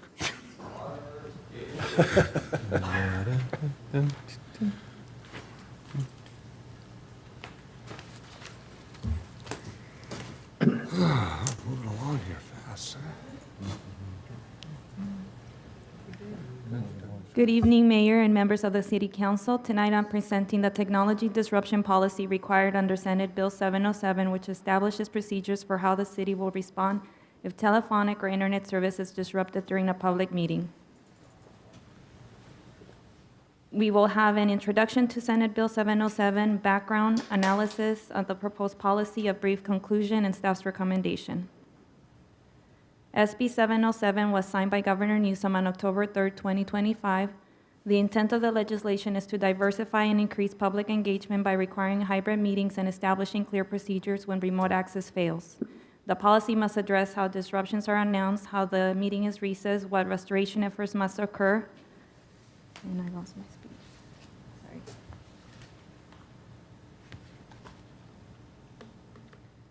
And how the meeting may reconvene if service cannot be restored. Hermosa Beach already currently conducts hybrid meetings using Zoom and a telephonic call option. We already follow many of the practices required by SB 707. This policy simply formalizes those procedures and ensures we meet the July 1st deadline. The policy defines what constitutes a service disruption, outlines the responsibilities of the mayor and the city clerk, and establishes the steps staff must take to diagnose and restore service. It also includes procedures for recessing the meeting, reconvening, and documenting the disruption in the minutes. If a disruption occurs, the mayor or I must immediately announce it. The meeting must recess for up to 1 hour while staff makes good faith efforts to restore service. If a closed session was properly noticed, the city council may proceed with that portion during the disruption. After 1 hour, if service is restored, the meeting continues as normal. If service is not restored, the city council has 3 options: adjourn the meeting, extend the recess, or continue the meeting by adopting a required finding that the public interest in continuing outweighs the public interest in remote access. This findings is only used when delaying the meeting would significantly impact the public interest. The city clerk must document the disruption in the minutes, including the time it occurred, the restoration efforts made, the time the meeting reconvened, and any findings adopted by the city council. There is no fiscal impact associated with adopting this policy. It formalizes procedures we already follow and does not require new technology or additional staffing. In conclusion, adopting this policy ensures that Hermosa Beach meets the state's July 1st deadline, provides clear procedures for handling disruptions, and maintains public access and transparency during hybrid meetings. Staff recommends that the City Council adopt a technology disruption policy by resolution and direct the city clerk to continue providing two-way remote public access for City Council meetings. Thank you, and I'm available to answer any questions. Wonderful report. Any questions from my colleagues? I assume during outages, we send out Hermosa emails and social media posts, just alerting the public if the meeting were to go down? We can. Okay. Any other questions? All right. Public comment. I do not have any virtual hands raised. All right, we'll close public comment, bring it back to the dais. Looking for any other conversation or a motion? Mr. Mayor. Yes, sir. Since we are required to comply with SB 707, and since this does, I move that we follow staff recommendation. All right, a motion for staff's recommendation. Do you have a second? I'll second that. All right, motion by Seaman, second by Francois. Any conversation or deliberation? Madam City Clerk? Councilmember Seaman, Aye. Mayor Detoy, Aye. Councilmember Francois, Yes. Councilmember Jackson, Aye. Mayor Pro Tem Keegan. Aye. Motion passes 5-0. I'll bring us to future agenda items. Mr. Mayor, Yes, sir. I am seeking support for the following item. I would like to recall the recent appointment process for the Public Works Commission. There were a number of anomalies in the process that need to be revisited. I think it deserves discussion and possible action. It's never too late to get it right. Okay, we have a motion for a recall of the Public Works Commission appointments. Well, I will second that, and if it's info only, then we should take a look at the different procedures and options we have for selecting the commissioners in a logical way that we all are upfront and is fully disclosed to us, because I felt that vote, it wasn't explained properly ahead of time, and our options for the way it was going seemed to be a little off. It's not the end of the world if they get in, but it's more important that we get the procedure down so we can do that as an info only if it's not there as an action item. May I make one more comment? We're not supposed to deliberate here, and if I were to go any farther with the reasons for thinking the way I'm thinking and what I'm asking for here, that would certainly be deliberation, so I won't do that. But I do think that it's important that there was some things that were wrong with the process, and I would like at least an explanation of how we got to where we got and what happened with the whole thing. So I appreciate one person. If I get another one, that'd be great, but that's all I require right now, is to just bring this up so we can talk about it. That's all. So I'm okay with that if there's no one else. All right, so there's two. Got anything or no? Got anything? Yeah. Consistent with my budgetary comments, I'm seeking support for staff to return with an independent third-party operational review of city operations, as previously outlined in my comments, together with a proposed schedule of study sessions to consider the findings prior to the development of our next budget in 27-28. So just for clarifying, and for my edification for the city manager, the zoning update, we've already done a bunch of processy improvements as part of the zoning update. Correct. So looking at my colleague, I mean, we've already done some. But this is a holistic look at our complete operations, our staffing, our AI, the technology, our 410s. Is that the right model going forward? Do we have the right PD staff? Should we look for more traffic? Is 312s the right mix?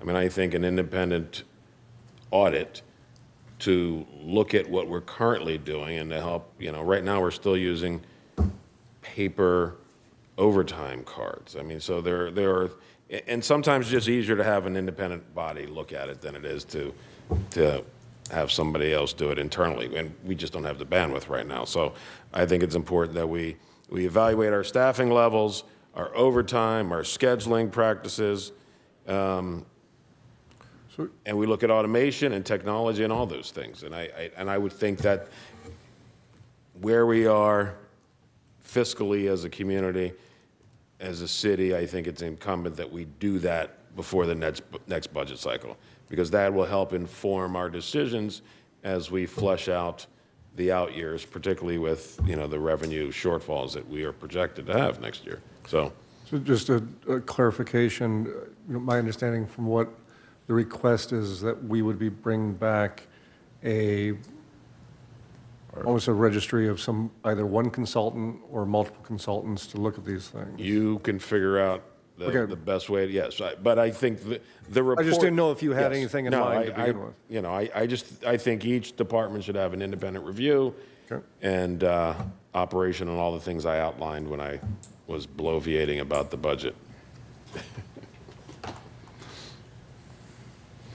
We have a few proposed future agenda item. Is there any interest in those, in that? You know, otherwise, it's just business as usual is what we're going to be doing. And, you know, I'm not sure that's the right way moving forward. Are you interested in it? Yeah, thank you, Mr. Mayor. We have a overtime analysis report information item here. So should we wait until we bring that up if we have questions for that and then use it as a possible agenda item, or Well, we have a should it be requested here? We have a specific future agenda item right now. Excuse me? Councilmember Jackson. I thought we were done with that. There wasn't any indication. Oh, anyone else. you raised your hand. I didn't know if you had. No, I wasn't. I Now thought you're we talking were. about something else. Yeah, I thought we were Oh, okay. done with Okay. that because there was no second, so. All right, next one. So we have the overtime analysis It's agenda. information. Let's just bring that up. We can talk about info items, correct? They're agendized, the data's on there? Yes. Okay. So should we wait till then we'll and wait till talk about it, or Yes. talk about it now? 20B. We'll wait till 20B. We'll just go to it now? No, we're still on 18A or 18. 18. We'll hold on to that. Okay, so my question is, we can bring it up as a future agenda item when we get to that item? Or are we getting sandwiched We're there there and we right can't do it? I mean, I guess that does bring up a good point. This probably should be 20 and info items. Right. I'm just trying to get a little clarification on the order of how this goes. If he's proposing that he wants it as a future agenda item, it's appropriate to bring it up here, and then if you authorize him to bring it up in the next. Yes, we will, if there's consensus due to your questions on the overtime meeting, or overtime item. Okay, we can bring it up we can bring later. it up then. Okay, thank you. Any other items? All right, move to the city manager report. Thank you, Your Honor. Just quickly, a fireworks safety reminder as we look forward to celebrating Independence Day next Saturday. A friendly reminder to the community that fireworks are illegal here in Hermosa Beach. Violations carry fines of up to $5,000, and they will be enforced. The good news is that there are plenty of professional fireworks displays across the South Bay, so please plan accordingly. Enjoy your holiday weekend safely and responsibly. Thank you, Your Honor. Thank you. Info items, we will pull 20B for overtime analysis. Go ahead, Councilmember Francois. Is it possible, do you have a little presentation, or do you want to make some initial comments on this and describe where we're at with this? We have the report here for information if you have questions or if you want to bring a future agenda item, as was discussed.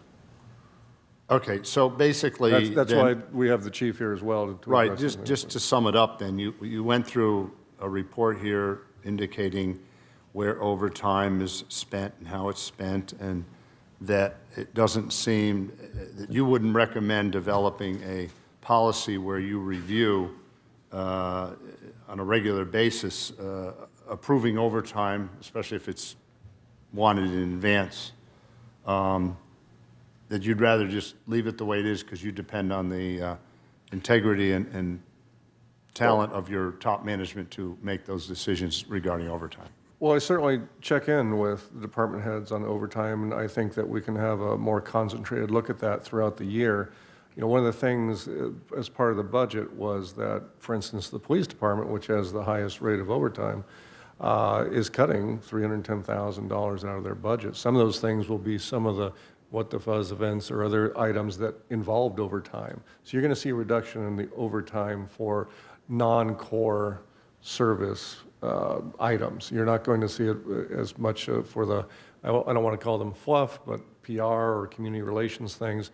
Those kinds of things will be reduced. But again, some of the things that happen, if there's a catastrophe of some of the incidents, the incident down at the Strand House and things like that, it's just too unpredictable to have a pre-approval of a lot of overtime. Now, in essence, though, understand also that council pretty much approves that overtime when they approve certain events that involve fee waivers of the services of Public Works and of the police department. You're approving that overtime along with that event because of the fee waivers that are involved in some of those things. So they're managed. It's understood. The chief knows very well to keep it down as low as possible.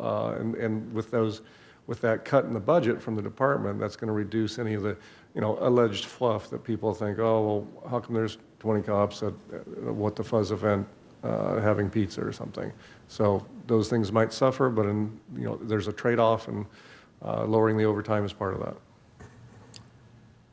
Yeah, okay, I just didn't know. I mean, I would always think it's good to have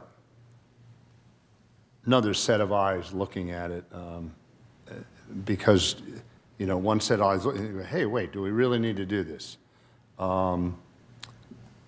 We have training 26% of overtime. I don't know why, I don't know. One would think if there's training involved, it would be able to be used on regular time. Why we need to be paying 26% of overtime is training. Well, and that's just an example. I mean, I don't know. Councilmember, because their regular time is spent on patrol and being out in the community and doing the job that they were hired to do. And so they work 3/12 shifts. So they're coming in for the training on their off days.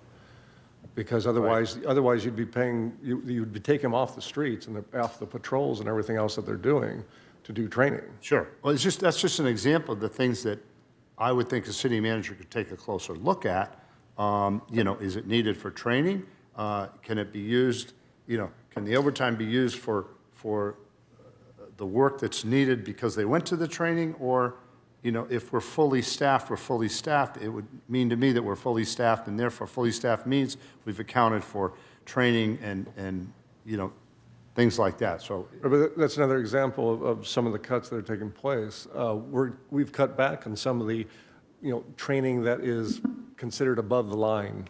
That is things that we like to do for training, for things, either SWAT training or other things that are nice to do but not must-have to do. And then, as far as fully staffed goes, the thing about being fully staffed is that we're hired to the number of officers that council has approved to be hired. Fully staffed doesn't mean that you're not going to have overtime in a small department because of all these other demands that the community has, whether it's special events, whether it's extraordinary incidents that require overtime, whether it's going to court, for instance, is oftentimes overtime because otherwise the case is dismissed if they don't show up. And so sometimes that court date is not on their regular shift day, and they have to come in on their off days to do the court case. That's why there's so many variables to overtime. It's tough to quantify, but we'll have a better tracking of it at some point, to the point that Councilmember Jackson made earlier about being able to track the overtime once we adopt the new pay software that we'll be able to track those, but we have to make a change, and we have to basically wait out the MOUs as they are now to implement that. So I appreciate what you're saying, and we check in. Trust me, we talk. Well, yeah, and no doubt about it. It's just a lot of government agencies work this way, where they, when they're tightening budgets, they do this. Like the DUI enforcement, I was under the impression that we get reimbursed for those DUI expenses, but now it looks like we're using overtime for DUI checkpoints. So I'll let the chief speak to that one. Some of the DUI enforcement is reimbursable through grant funding, but we also participate in a regular South Bay DUI task force, which is not grant funded. So we staff that on overtime. Every agency in the South Bay will send a handful of officers, and every agency staffs it on overtime. So that's one example of a DUI enforcement detail that is not grant funded. And there are caps on things like a DUI checkpoint. The grant has very specific requirements on what it will authorize for each operation. So if we exceed that, or if we bring in extra officers for support, then that's paid out of our regular overtime budget. So if there's a DUI checkpoint in another city, let's say, and we have our officers go to them, they would be using our overtime money to help out in the DUI enforcement somewhere else? Possibly, but in that case, for example, when we host ours and we have support from other agencies, part of our grant funds will support their overtime and vice versa. So if the city of Inglewood is hosting a DUI checkpoint and they ask us to send 3 officers, then those officers' overtime will be reimbursed through the Inglewood DUI grant. Yes. So, yeah, I guess those are, Finishing up right now. Thank you. All right, bye-bye. okay, technical. Anyway, I guess those are just some of the examples.